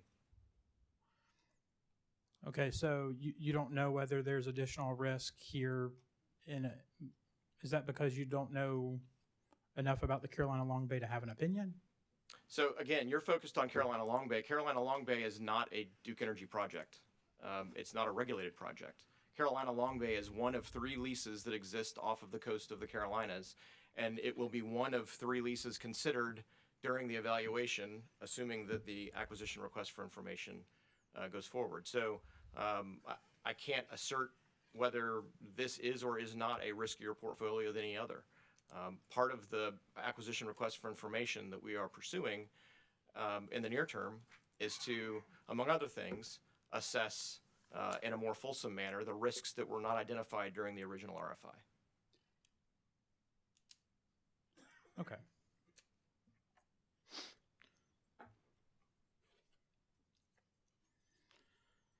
Let me just check one more thing. That might be one of my last questions there, Mr. McIntyre. I appreciate it.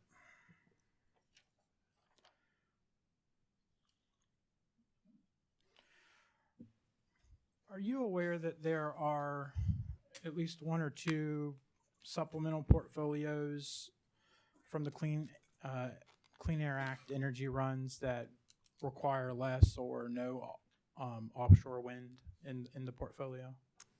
I have not reviewed the sensitivity analyses relative to 111 in detail, so I can't represent the extent to which offshore wind either is or is not part of those.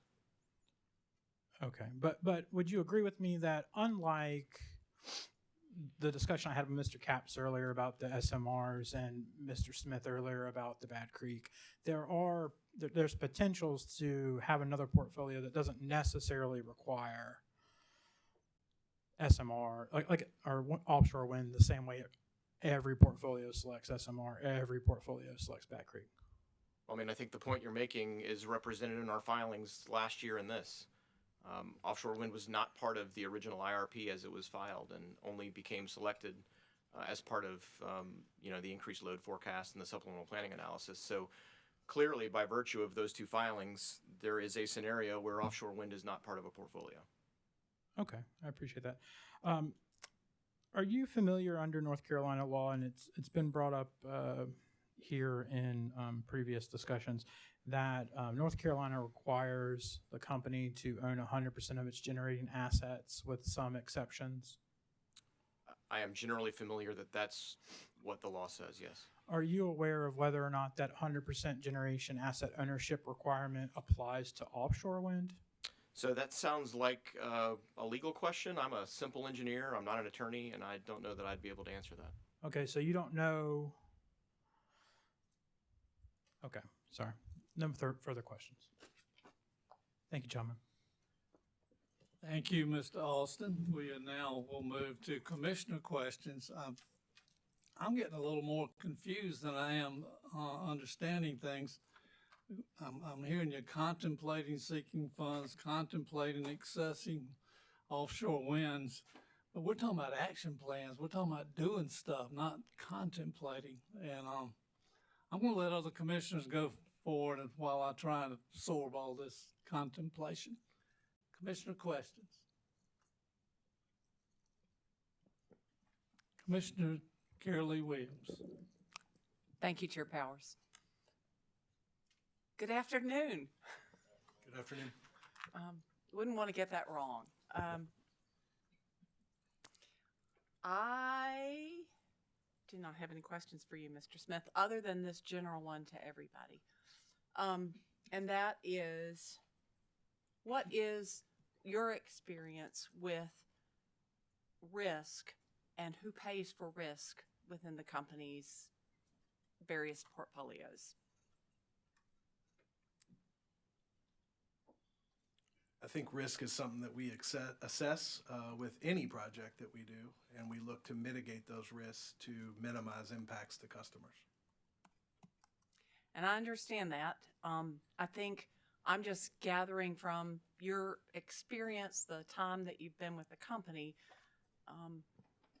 Some of you have been with the company far longer than I've been a commissioner. I'm just asking what's your exposure, experience with, no matter what the source is, and understanding that if you don't think creatively and look at the possibilities for various generation, who pays for that risk if you determine that in your cases there's new evolving technology, new sources of, maybe not in your case, Mr. Smith, new generation, but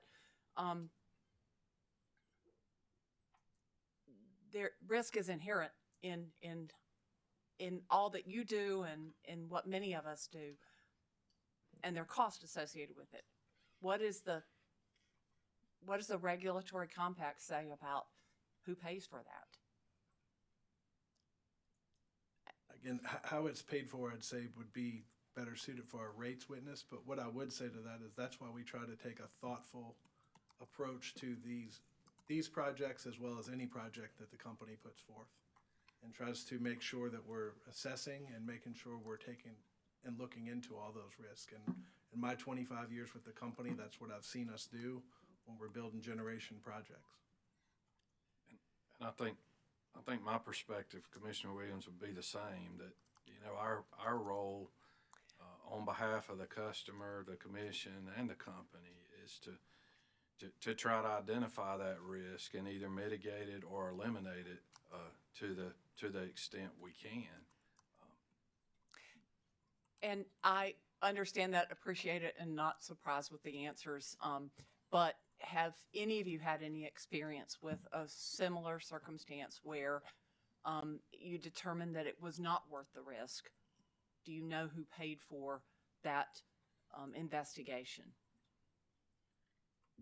Is it below the line? Is it above the line? Ask your rate people. Is that what the looks are telling Well, I you? don't have, I can say I don't have any history with a situation like that, personal history. I mean, I would say it's more of a rates Okay. question. Okay. And I understand that. Mr. McIntyre. Yes, ma'am. I'll give you a chance. In exploring offshore wind, are the 3 lease areas that the federal government has offered, are those the options right now?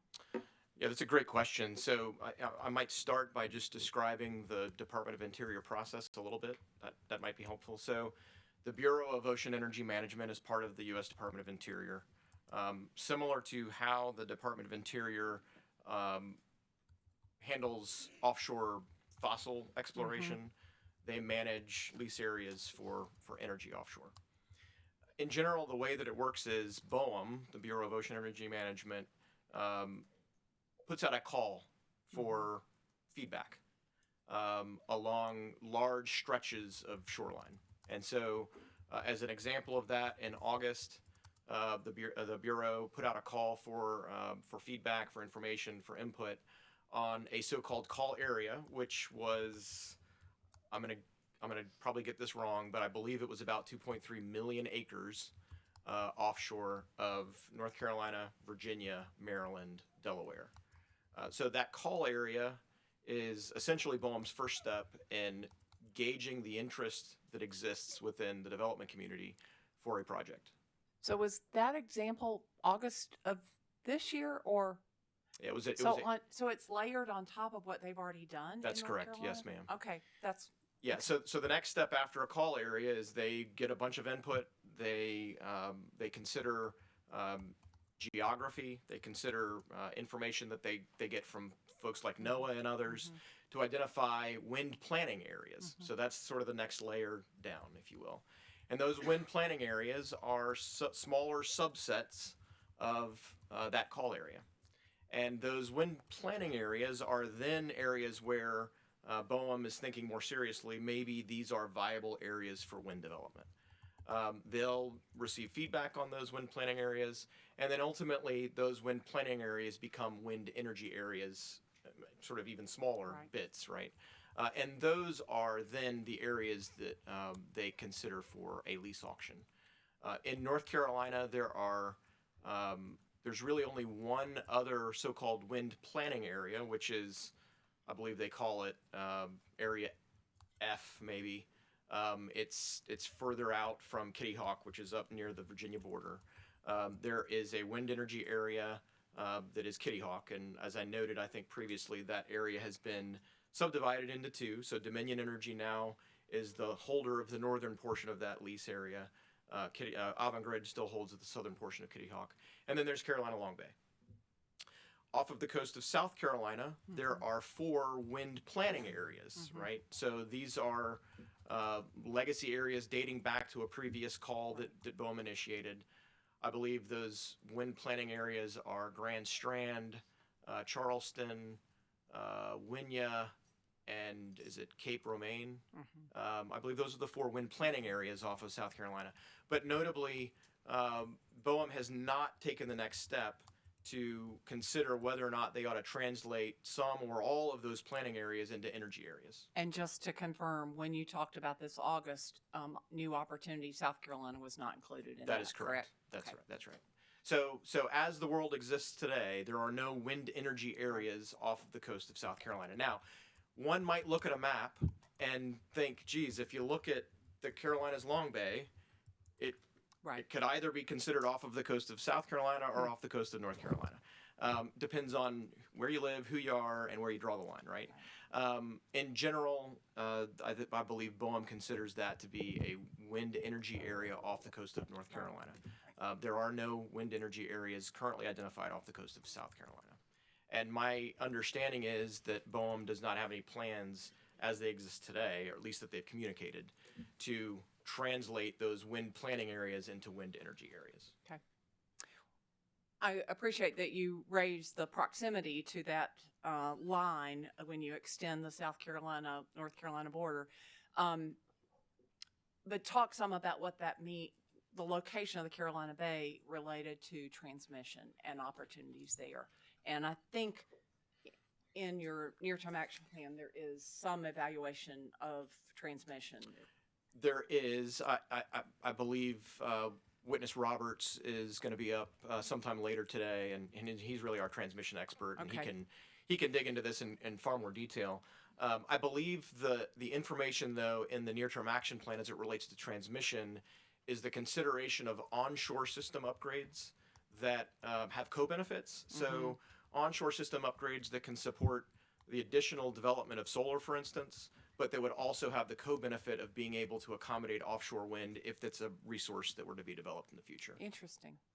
So you're saying it will be for one existing use, but it could have co-benefits if offshore wind becomes viable. That's correct. Okay.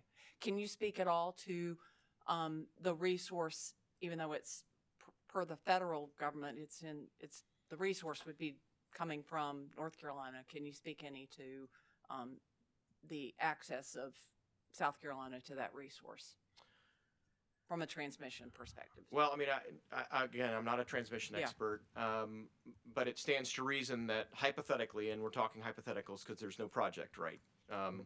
But if hypothetically there was a project developed that interconnected into the Duke Energy Progress system, that energy would be available to anyone on the transmission system. Okay. Are you aware of any pushback that has come regarding offshore wind? So in general, I believe that when you consider communities up and down the eastern seaboard that are experiencing offshore wind development, there has been concern expressed by those local to the coast. I just saw an article this morning, for instance, about pushback from a group in New Jersey that is concerned with offshore wind development. When you read the articles in the news, you get sort of different reasons. You've got some that are concerned about whale migration. You've got some that are concerned about, to the extent that there are potential impacts to shipping. There's some concerns with viewshed, being able to see turbines offshore. And then, of course, what did you call that? Viewshed. Viewshed. Okay. It's okay.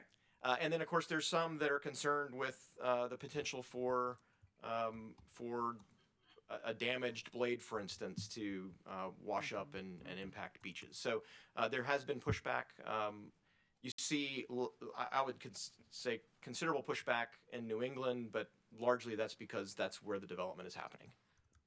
Are you familiar with an effort that happened where local governments created resolutions supporting offshore wind and the economic development? I am not, but I'm certain that it has happened somewhere.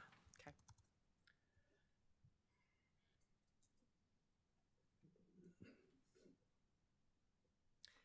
Can you talk any about the evolution of design of wind farms? And whether, just thinking about, we're all thinking about what we understand today, where might it go?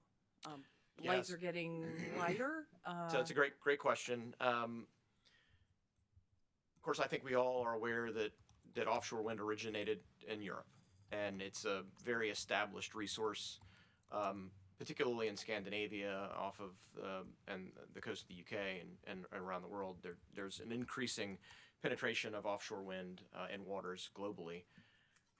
What we're seeing with offshore wind turbines generally is bigger.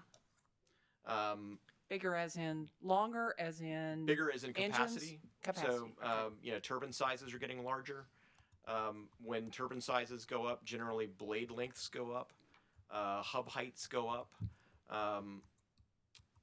The other thing that I would say in terms of development in the sector is floating turbines. So, for instance, if you were to consider development of an offshore wind facility off of the California coast or the Oregon coast in the Pacific, the continental shelf does not extend nearly as far out to sea as it does in the Atlantic. So it's just not practical to have fixed bottom turbines where you're actually anchoring the turbine and the monopile to the bottom of the ocean.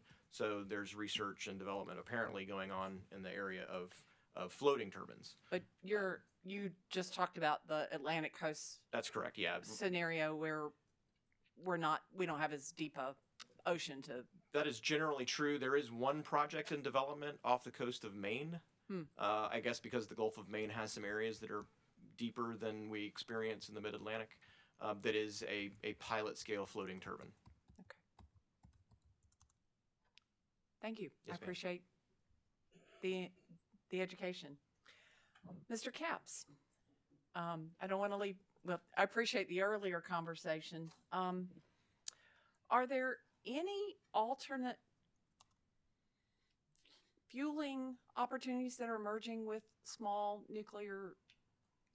modular reactors that allow for the refueling timing to change? Or is that a benefit that's emerging that you can talk about?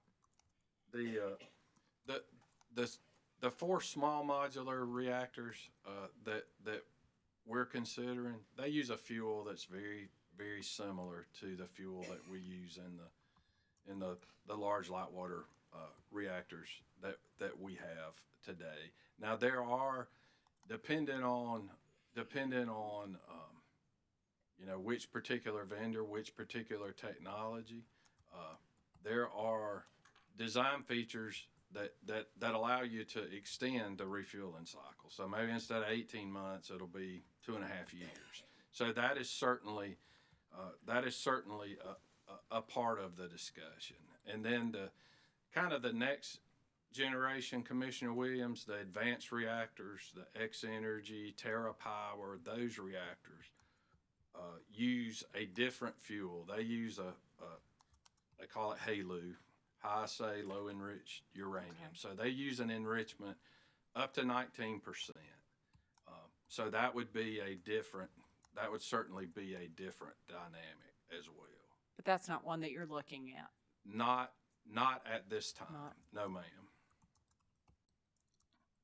I mean, we're certainly interested and we're staying attuned to it. Yes, ma'am. But it is not part of what we're considering in detail at this point.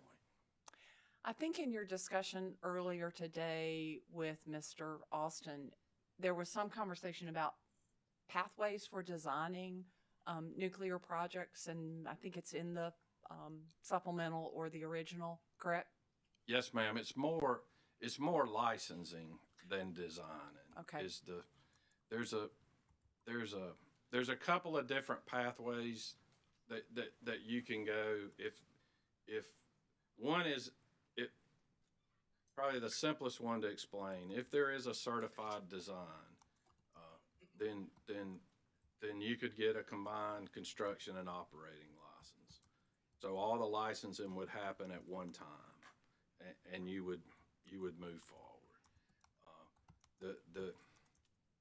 The more traditional, kind of used for the old plants, is a 2-part process where you do a construction permit application.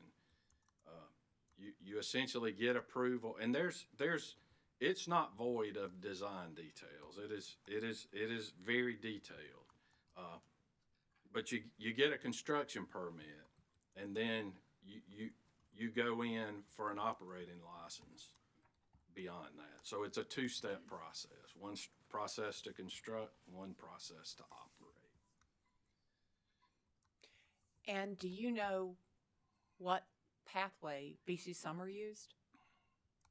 I think VC Summer used a 1-step construction and operating license, a COLA process. And I don't know that for a fact, Commissioner Williams, but I believe that's the case. And the reason I say that is because that particular design was certified. Okay. And I do know Vogel used that pathway. Okay. Is there it's one of the options that you're looking at, any kind of joint project with the owners of VC Summer? I am not aware of any discussions in that regard. Okay. Thank you very much. Yes, I know a lot more thanks to you guys. No further questions. Commissioner Belson. Thank you. Gentlemen, thank you for being here today. Mr. Capps, you just said something about you thought that the VC Summer was already designed, wasn't that, or certified? Didn't that certification come about after they'd already gotten the? It may have. I'm not certain for VC Summer. Okay, Okay, I think Vogel used the Part 52, okay. the one-step process. I know we're talking a lot about small nuclear reactors, but Duke had a license at the Gaffney plant when at the time that VC Summer got a license for those units we don't want to talk about anymore. But didn't Duke get a license for Gaffney? Yes, ma'am, we did, and we have maintained that license. But that's for a large reactor. Yes, ma'am. That can't be transferred or anything, right? No, ma'am, you would have to, you would, and I say it can't be. I mean, I'm not. Well, I'm not sure. That's my what I'm licensing asking. pool's pretty shallow, but Mine's less than yours. But I would generally say you would have to go back through the process to license the site for a different design. Well, and I just have a couple of inquiries about the Belews Creek and looking at the small nuclear reactors, and my recollection from the plan is that there's a Site 1 and a Site 2, but they're both there at the same. Is that am I wrong there? What we laid out, the intent of the plan is Site 1 and Site 2 would be two Okay. different sites. Site 2 will be physically somewhere else. From the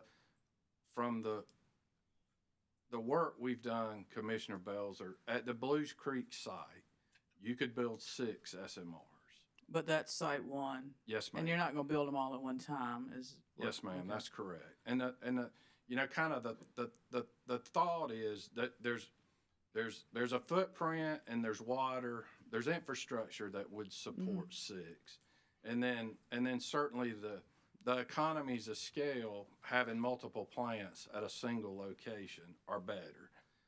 So it'll come with an inherent benefit. Well, I appreciate that clarification. I was reading that as that Site 1 was like so many at Belews Creek and then come back at the same place.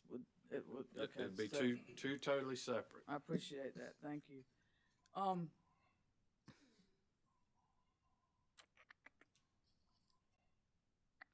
And there are, clarify with me or help me clarify, are there already approved designs for SMRs?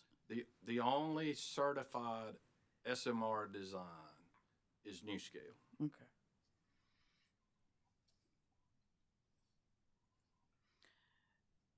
I know that, and I don't want to get into any of the confidential numbers that were in your testimony with regard to the cost.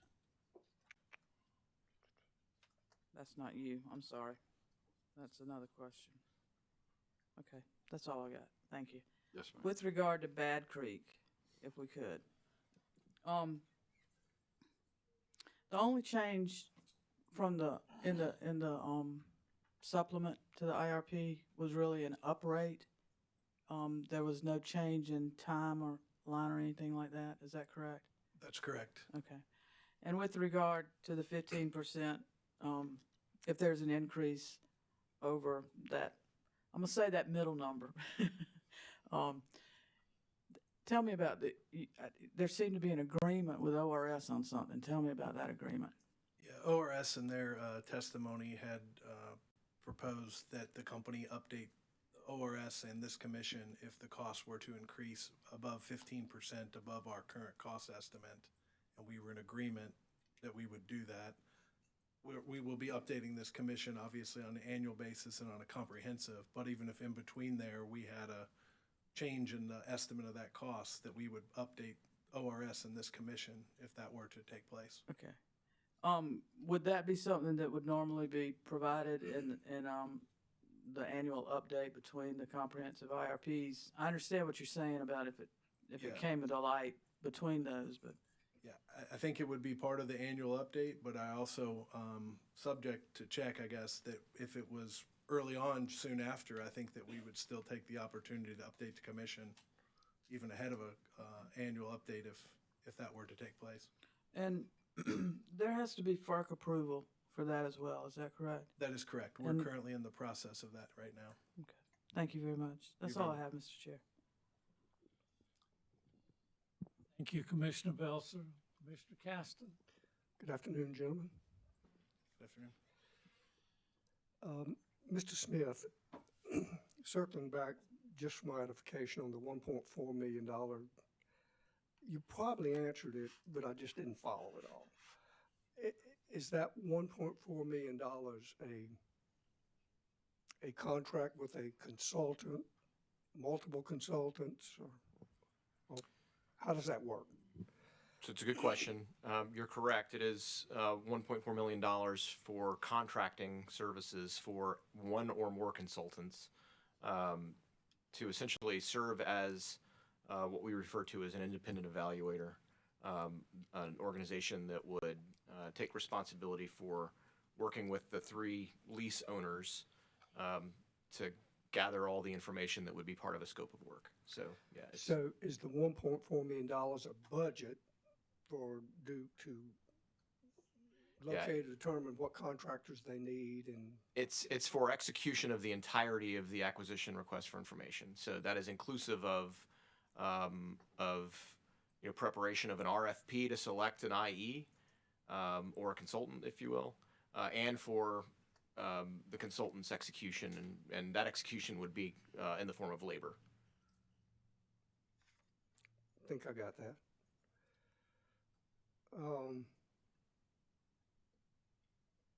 This will help.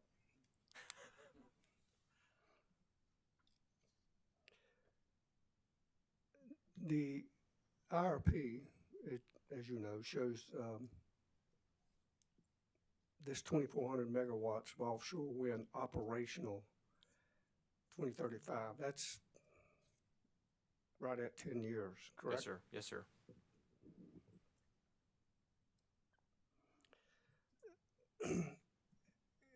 And it's going to, is the wind always constant?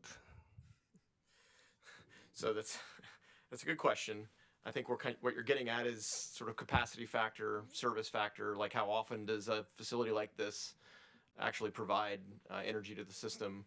Yeah, and I wasn't trying to be silly with it. I'm really trying to learn from it. I totally understand. So I'll talk sort of relative numbers. So onshore wind, as an example, we typically, as I understand it, presume a capacity factor of about 30%. Offshore wind is a considerably more reliable resource than onshore wind. The wind blows, in other words, more often and more frequently offshore than it does onshore. And so the capacity factor generally, and these were capacity factors that came from the developers during this original request for information that I referenced in my testimony. The capacity factors reported by those developers were in the 40-ish% range. But I should say that capacity factor is, of course, one measure of value. One of the things about offshore wind that is somewhat unique when you think about other intermittent resources or weather-dependent resources is that offshore wind's generally providing value to the system during winter peak, which is very obviously not similar to a solar facility, for instance. So where a solar facility is not providing any capacity or energy, at system peak in January before the sun comes up, an offshore wind facility does. And so while capacity factor is one measure of value, sort of when that capacity factor is happening also matters. Understand. And something I've thought about for a while, not just today, is now I can't say I've been fishing at that location. If I was, I didn't know it. But I have been out fishing. It's dead calm. I mean, like a lake. I could ski. Well, I don't ski anymore, but I could ski out there. And I was, and that's not all the time, but it has happened, at least in my experience. So thinking about that, and I was thinking about the IRP, what's in there, and maybe it's there and I missed it. How is that modeled? In other words, does the company in that model consider that 2,400 megawatts as base load, as dispatchable, as variable? How is that considered? So that's a question I think I'm going to have to defer to witness Quinto or witness Snyder. I simply don't have an answer for you. Okay.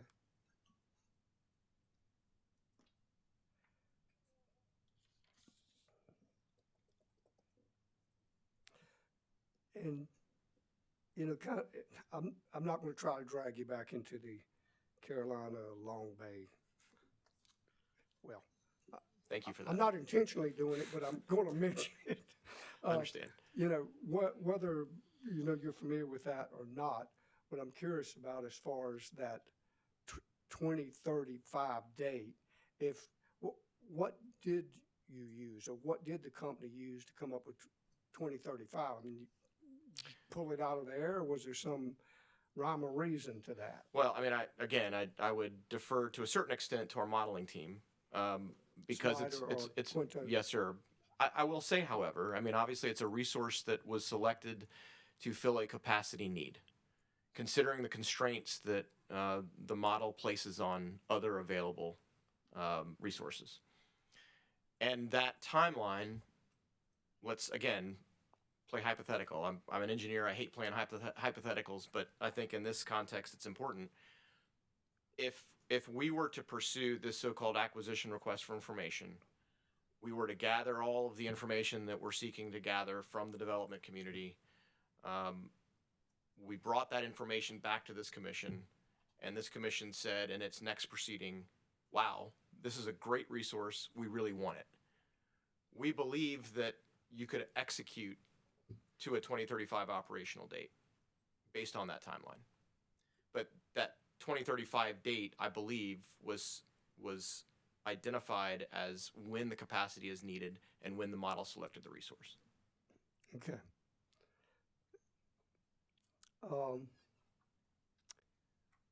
Finally, just,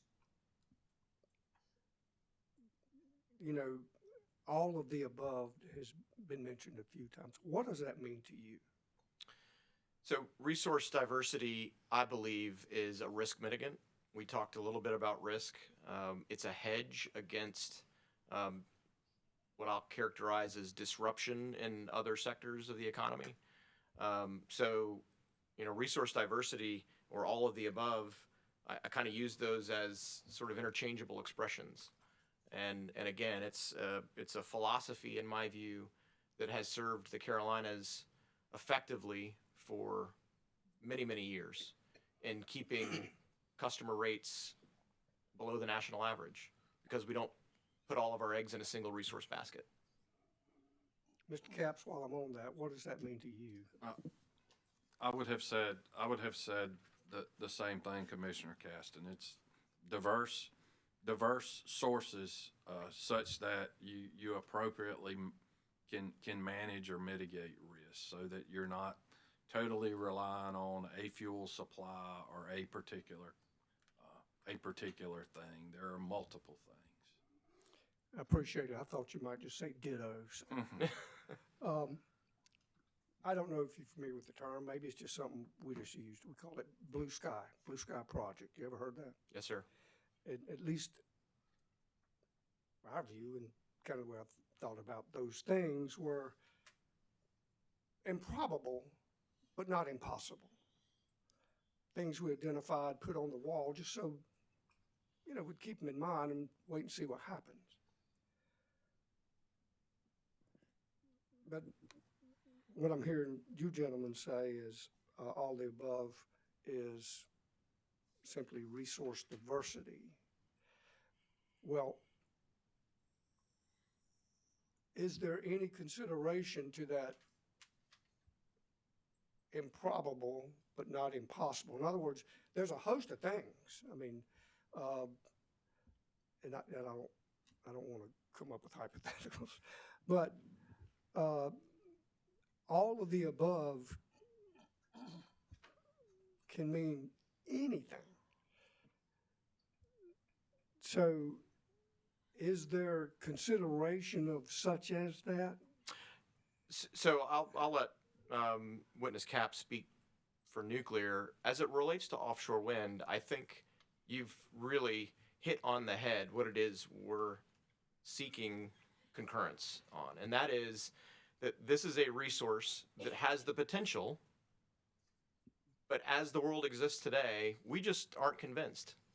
And so what we are endeavoring to do is spend a little bit of money on a consultant to help us identify the extent to which this is or isn't a blue sky resource or not. Is this something that could actually provide value to the system in the years to come on a reliable basis, or is this something that we ought not consider further? And that's really the intent of this acquisition request for information. It's as much an educational process for us as it will be for this commission. Thank you. Mr. Capps. I mean, I would say for nuclear, I mean, the key is it's a dispatchable baseload resource that has proven to be very reliable, have a very high capacity factor. So it can serve as a as a key or as a cornerstone for a generation system. It's kind of the way our plants today work. So it's a continuation of that. Thank you. And thinking about nuclear, I've heard this more than once, and I don't know if it was in hearings and I know I've read it, and I think it was Wall Street Journal, but I don't recall. But talking about the challenges and the difficulties with getting, and I think they mentioned VC Summer and Vogel and plants such as that, and I may have been related to SMRs, I can't recall. But one of the things that I've heard in the article talked about was in the late 70s, 80s, when we had Chernobyl, 3 Mile Island, and Fukushima, whatever, yeah, Fukushima, yeah. It's such as that there was kind of a pullback, I guess, states and different things. And the argument was that we lost a generation of designers and constructors. It wasn't that anything's changed other than we simply didn't and don't have the expertise to do it now because the knowledge wasn't passed on. I guess it's still in books. Is that true, false? Has Duke experienced that kind of thing? Or I mean, I think there's certainly credibility to it. It's no different than in our normal business now, as you have engineers or operators or chemistry technicians who have spent 40 years at the plant, and they've kind of seen it all. And as they move out and new people come in, it becomes incumbent on us to have the right process to transfer that knowledge, so that we get the new people up to speed. And certainly I would say on the reactor vendor side, they have seen similar changes. I mean, they've had retirements, they've had to transfer knowledge. There are certainly things that someone who's done it before with 40 or 50 years of experience could just do that. If we did it today, we would have to figure out. But I certainly think collectively we're quite capable of figuring those things out where we define ourselves faced with one. by we, do you mean, I guess, in America as far as engineering consultants, contractors? I have no doubt that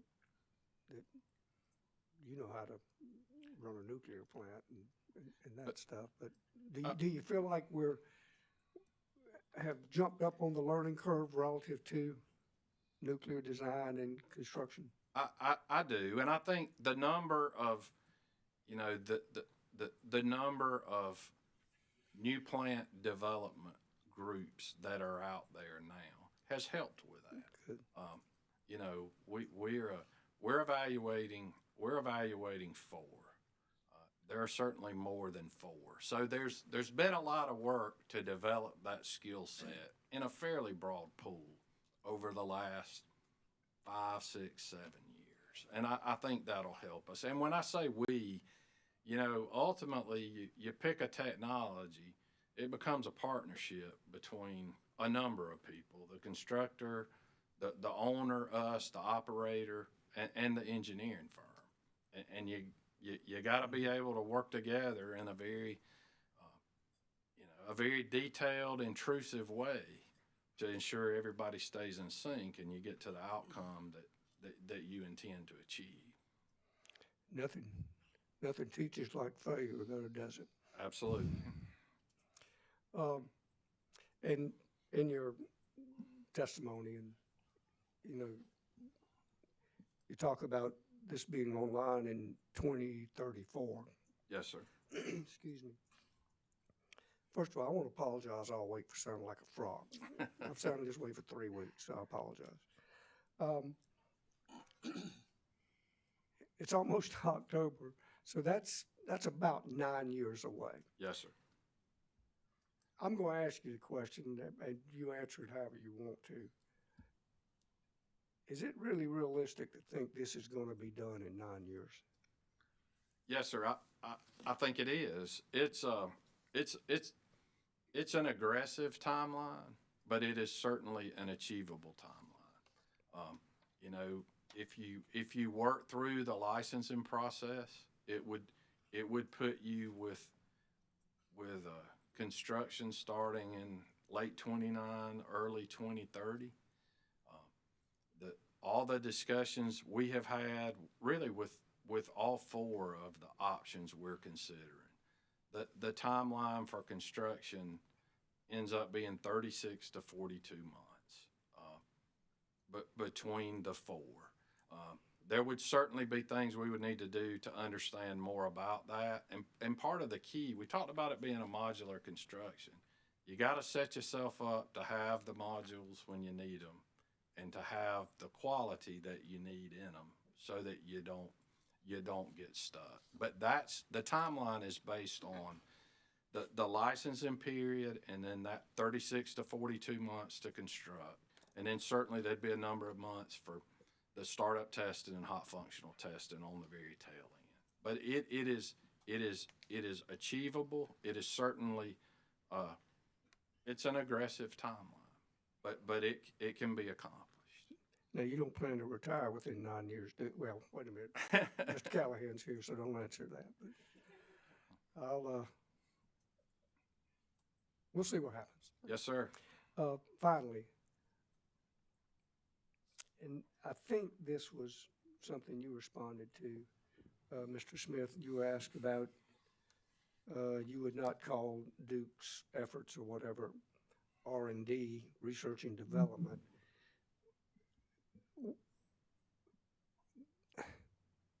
Why not? I mean, what is it that Duke's doing? I mean, you're researching. So I think the research and development comment came from witness Capps, but are you referring to the ARFI or? Let me switch it over to him. Okay. I couldn't remember who it was. I mean, we're Commissioner Casson. When I answered, we're evaluating, and we're certainly we'll be in the development phase for a new plant. But when I think about research and development, I think about taking something that isn't and working through a process to turn it into something that is. And we're beyond that, particularly for SMRs. The technology is there, it's proven, it's been done on a larger scale. This is scaling it down and adding some design features that, to be quite honest, will be advantageous to the plant, to the reliability, to the operators. So it's not creation in that sense, right? It's not like we're trying to answer a question that's never been answered. That was the context of the response. Well, thank you. Mr. McIntyre, I hope your feelings won't be hurt that I have no questions. Bad Creek's near my house, so whatever y'all do it well. Thank you, gentlemen. Vice Chair Williams. Thank you, Mr. Chair. Good afternoon, gentlemen. I have one question for you all. Any of the projects discussed here today by you all, do you know whether or not the company will be able to leverage the IRA in construction of those projects? Yes, for Bad Creek 2, we, in part of our confidential number that's included in my my rebuttal testimony includes a 30% ITC tax credit that we believe we'll be able to achieve as part of the project. Consistent with Bad Creek, offshore wind certainly has the opportunity to take advantage either of an ITC or a production tax credit. And so I believe in the modeling, and again, this would be something that witness Quinto can confirm, but I believe that we presumed an ITC for offshore wind, but an operator of an offshore wind farm may choose to not accept the ITC and accept a production tax credit if they think that there's more value there. So there are IRA opportunities for offshore wind. And Vice Chair Williams, SMRs are similar. You can elect between an investment tax credit or a production tax credit. Just, as you get a little clearer picture, work through the financial model and figure out which is more advantageous for customers in terms of the tax credit. So one or the other. And then the one other caveat I would say about Blues Creek is there's a 10% benefit if you use a retired coal site, or I think they actually call it an energy complex or an energy community. There you go. Thank you, Mark. And we would be able to take advantage of that as well.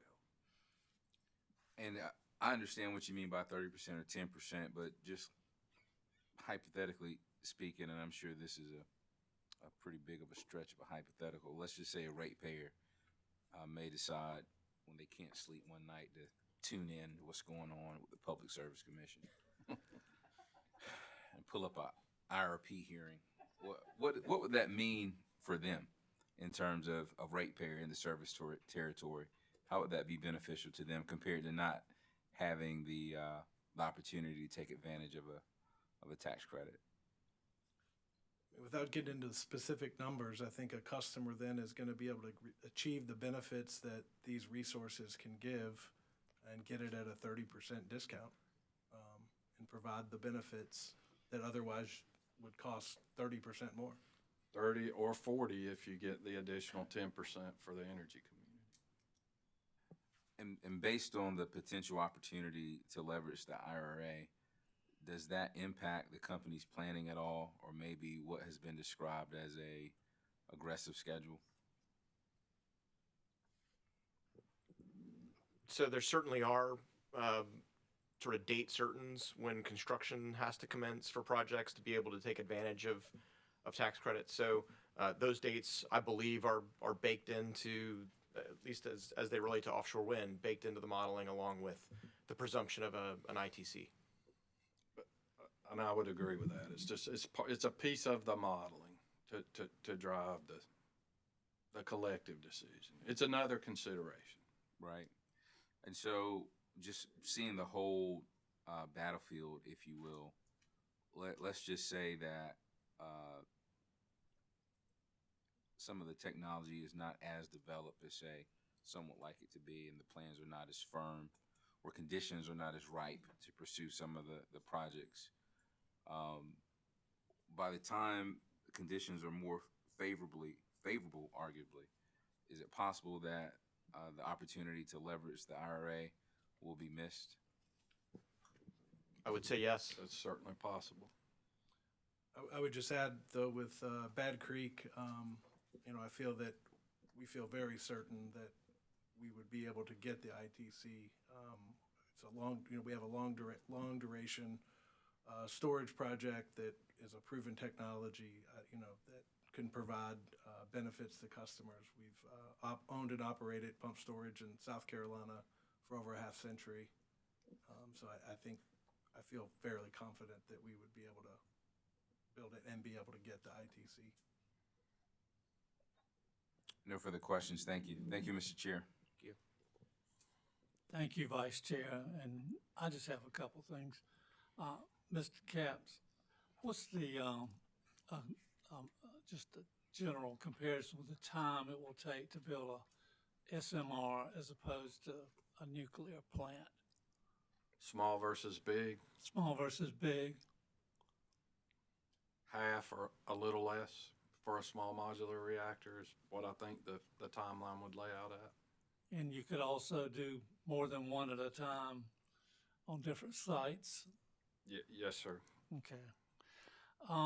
And you mentioned that there's this government money out there that, and I think you used the word contemplating getting this money. You know, we're looking at a possible change of administrations, attitudes, Yes, sir. a big change. I don't understand why Duke would not just get out there and try and grab some of that money, because, you know, if you get some money, doesn't it benefit ratepayers to have somebody else funding your R&D and all your other work for nuclear reactors? It does.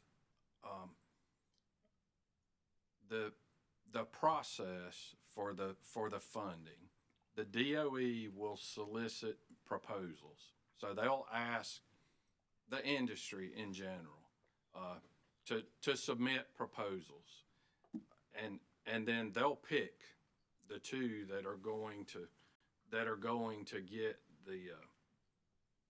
to get $400 million each. So that's why I hedge. It's not like we just get to tell DOE, hey, we're interested. They're going to give it to us, and we go from there. Oh, I understand that, but have you applied for the money? They have not sent out the proposal for the application. Okay. They said late summer, early fall. Summer ends next week, so maybe it'll be early fall. But when the proposal comes out, then yes, sir, we intend to participate in that. Kind of like the lottery. If you don't buy a ticket, you can't That's win. it. So we intend to participate in that. Okay, good. I'm glad to hear that. And Mr. McIntyre, let's get to the wind thing. You used the word contemplating the assessing offshore wind, but Synergy, a Duke-owned company, already has the lease. Aren't you beyond just assessing or contemplating? That's a great question. I would just share that Synergy is an unregulated affiliate. I can't represent, where that organization is in terms of the disposition of offshore wind and dollars spent to date. I mean, those are, I presume, dollars spent at risk.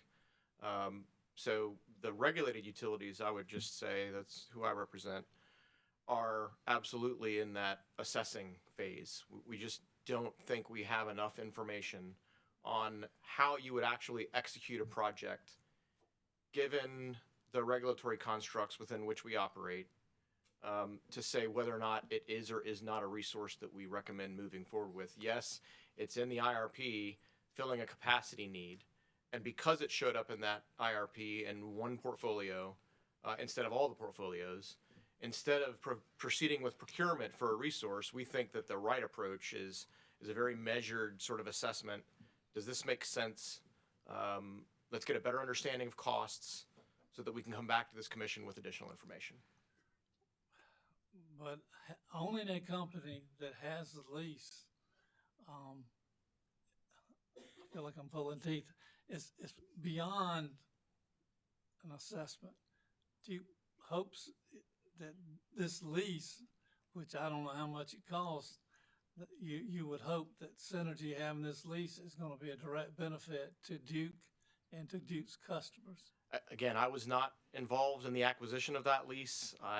Those are things that happen in boardrooms, I suspect, at higher levels than I exist in the company. All right, I give up. Mm-hmm. Any other commissioner questions?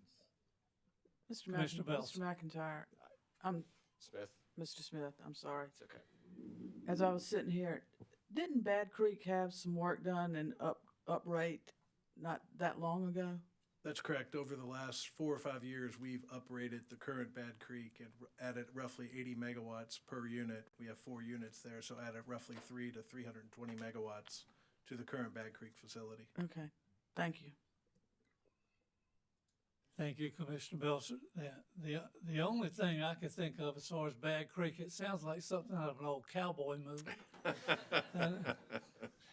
Okay. Mr. Treywick, do you have any redirect? Briefly, Mr. Chairman. All right, briefly, because I bet everybody's getting hungry. Yeah, I know better than to stand between folks and lunch. Mr. Capps, the Idaho lab reports that Mr. Austin went over with you, was that from June of 2023? June of 2023. And the companies filed their IRP in August of 2023, is that right? Yes, sir. Okay. So that was hot off the press at the time we filed the IRP, wasn't it? Yes, sir. Okay. Will the companies continue to evaluate the best designs and cost information available to inform its decision to pursue SMRs? Yes, sir, we will. And certainly, you know, I said early 2025, we'll pick a technology. And once you do that, then, you know, you can get a lot more specific and a lot more certain with what you're evaluating in terms of cost. And so that'll be beneficial in that regard. And I recall you in your response to Mr. Austin referencing Appendix J. Would page 20 ring a bell as to where you outline the pathways? Does that sound familiar? Yes, sir, it's page 20. Okay. How long have you been involved with managing the company's nuclear fleet? A little over 37 years. Okay. Is it your professional opinion that Duke has a reasonable and executable plan to bring 600 megawatts online by 2035? Yes, sir, it is. And that's in 11 years, right? It would be, if the plan would be 300 megawatts in 2034, 300 more megawatts in 2035 is the way it's laid out. But that's right, 11 years, 600 megawatts. And do you believe the companies need to take steps now to meet load growth? Yes, sir. And you know, we talked a little bit about the timeline. It's not a quick process. The licensing piece takes years, and then the construction takes a number of years. So you have to start the licensing process, the permitting and licensing and design development now to have the option in the future and preserve the timeline. Thank you. And is it your professional opinion that SMRs are worth pursuing to meet the company's significant load growth? Yes, sir, it is. Okay. Just to clarify, we talked about some potential tax credits available. Would that 10% available for Blues Creek still be available if it is not a retired coal plant? I think under the energy community definition, it would be. Okay. But I would have to go check. All right. And are all the tax credit information, is that on pages 13 to 14 of Appendix J? Does that sound right? Yes, sir, it does. Okay.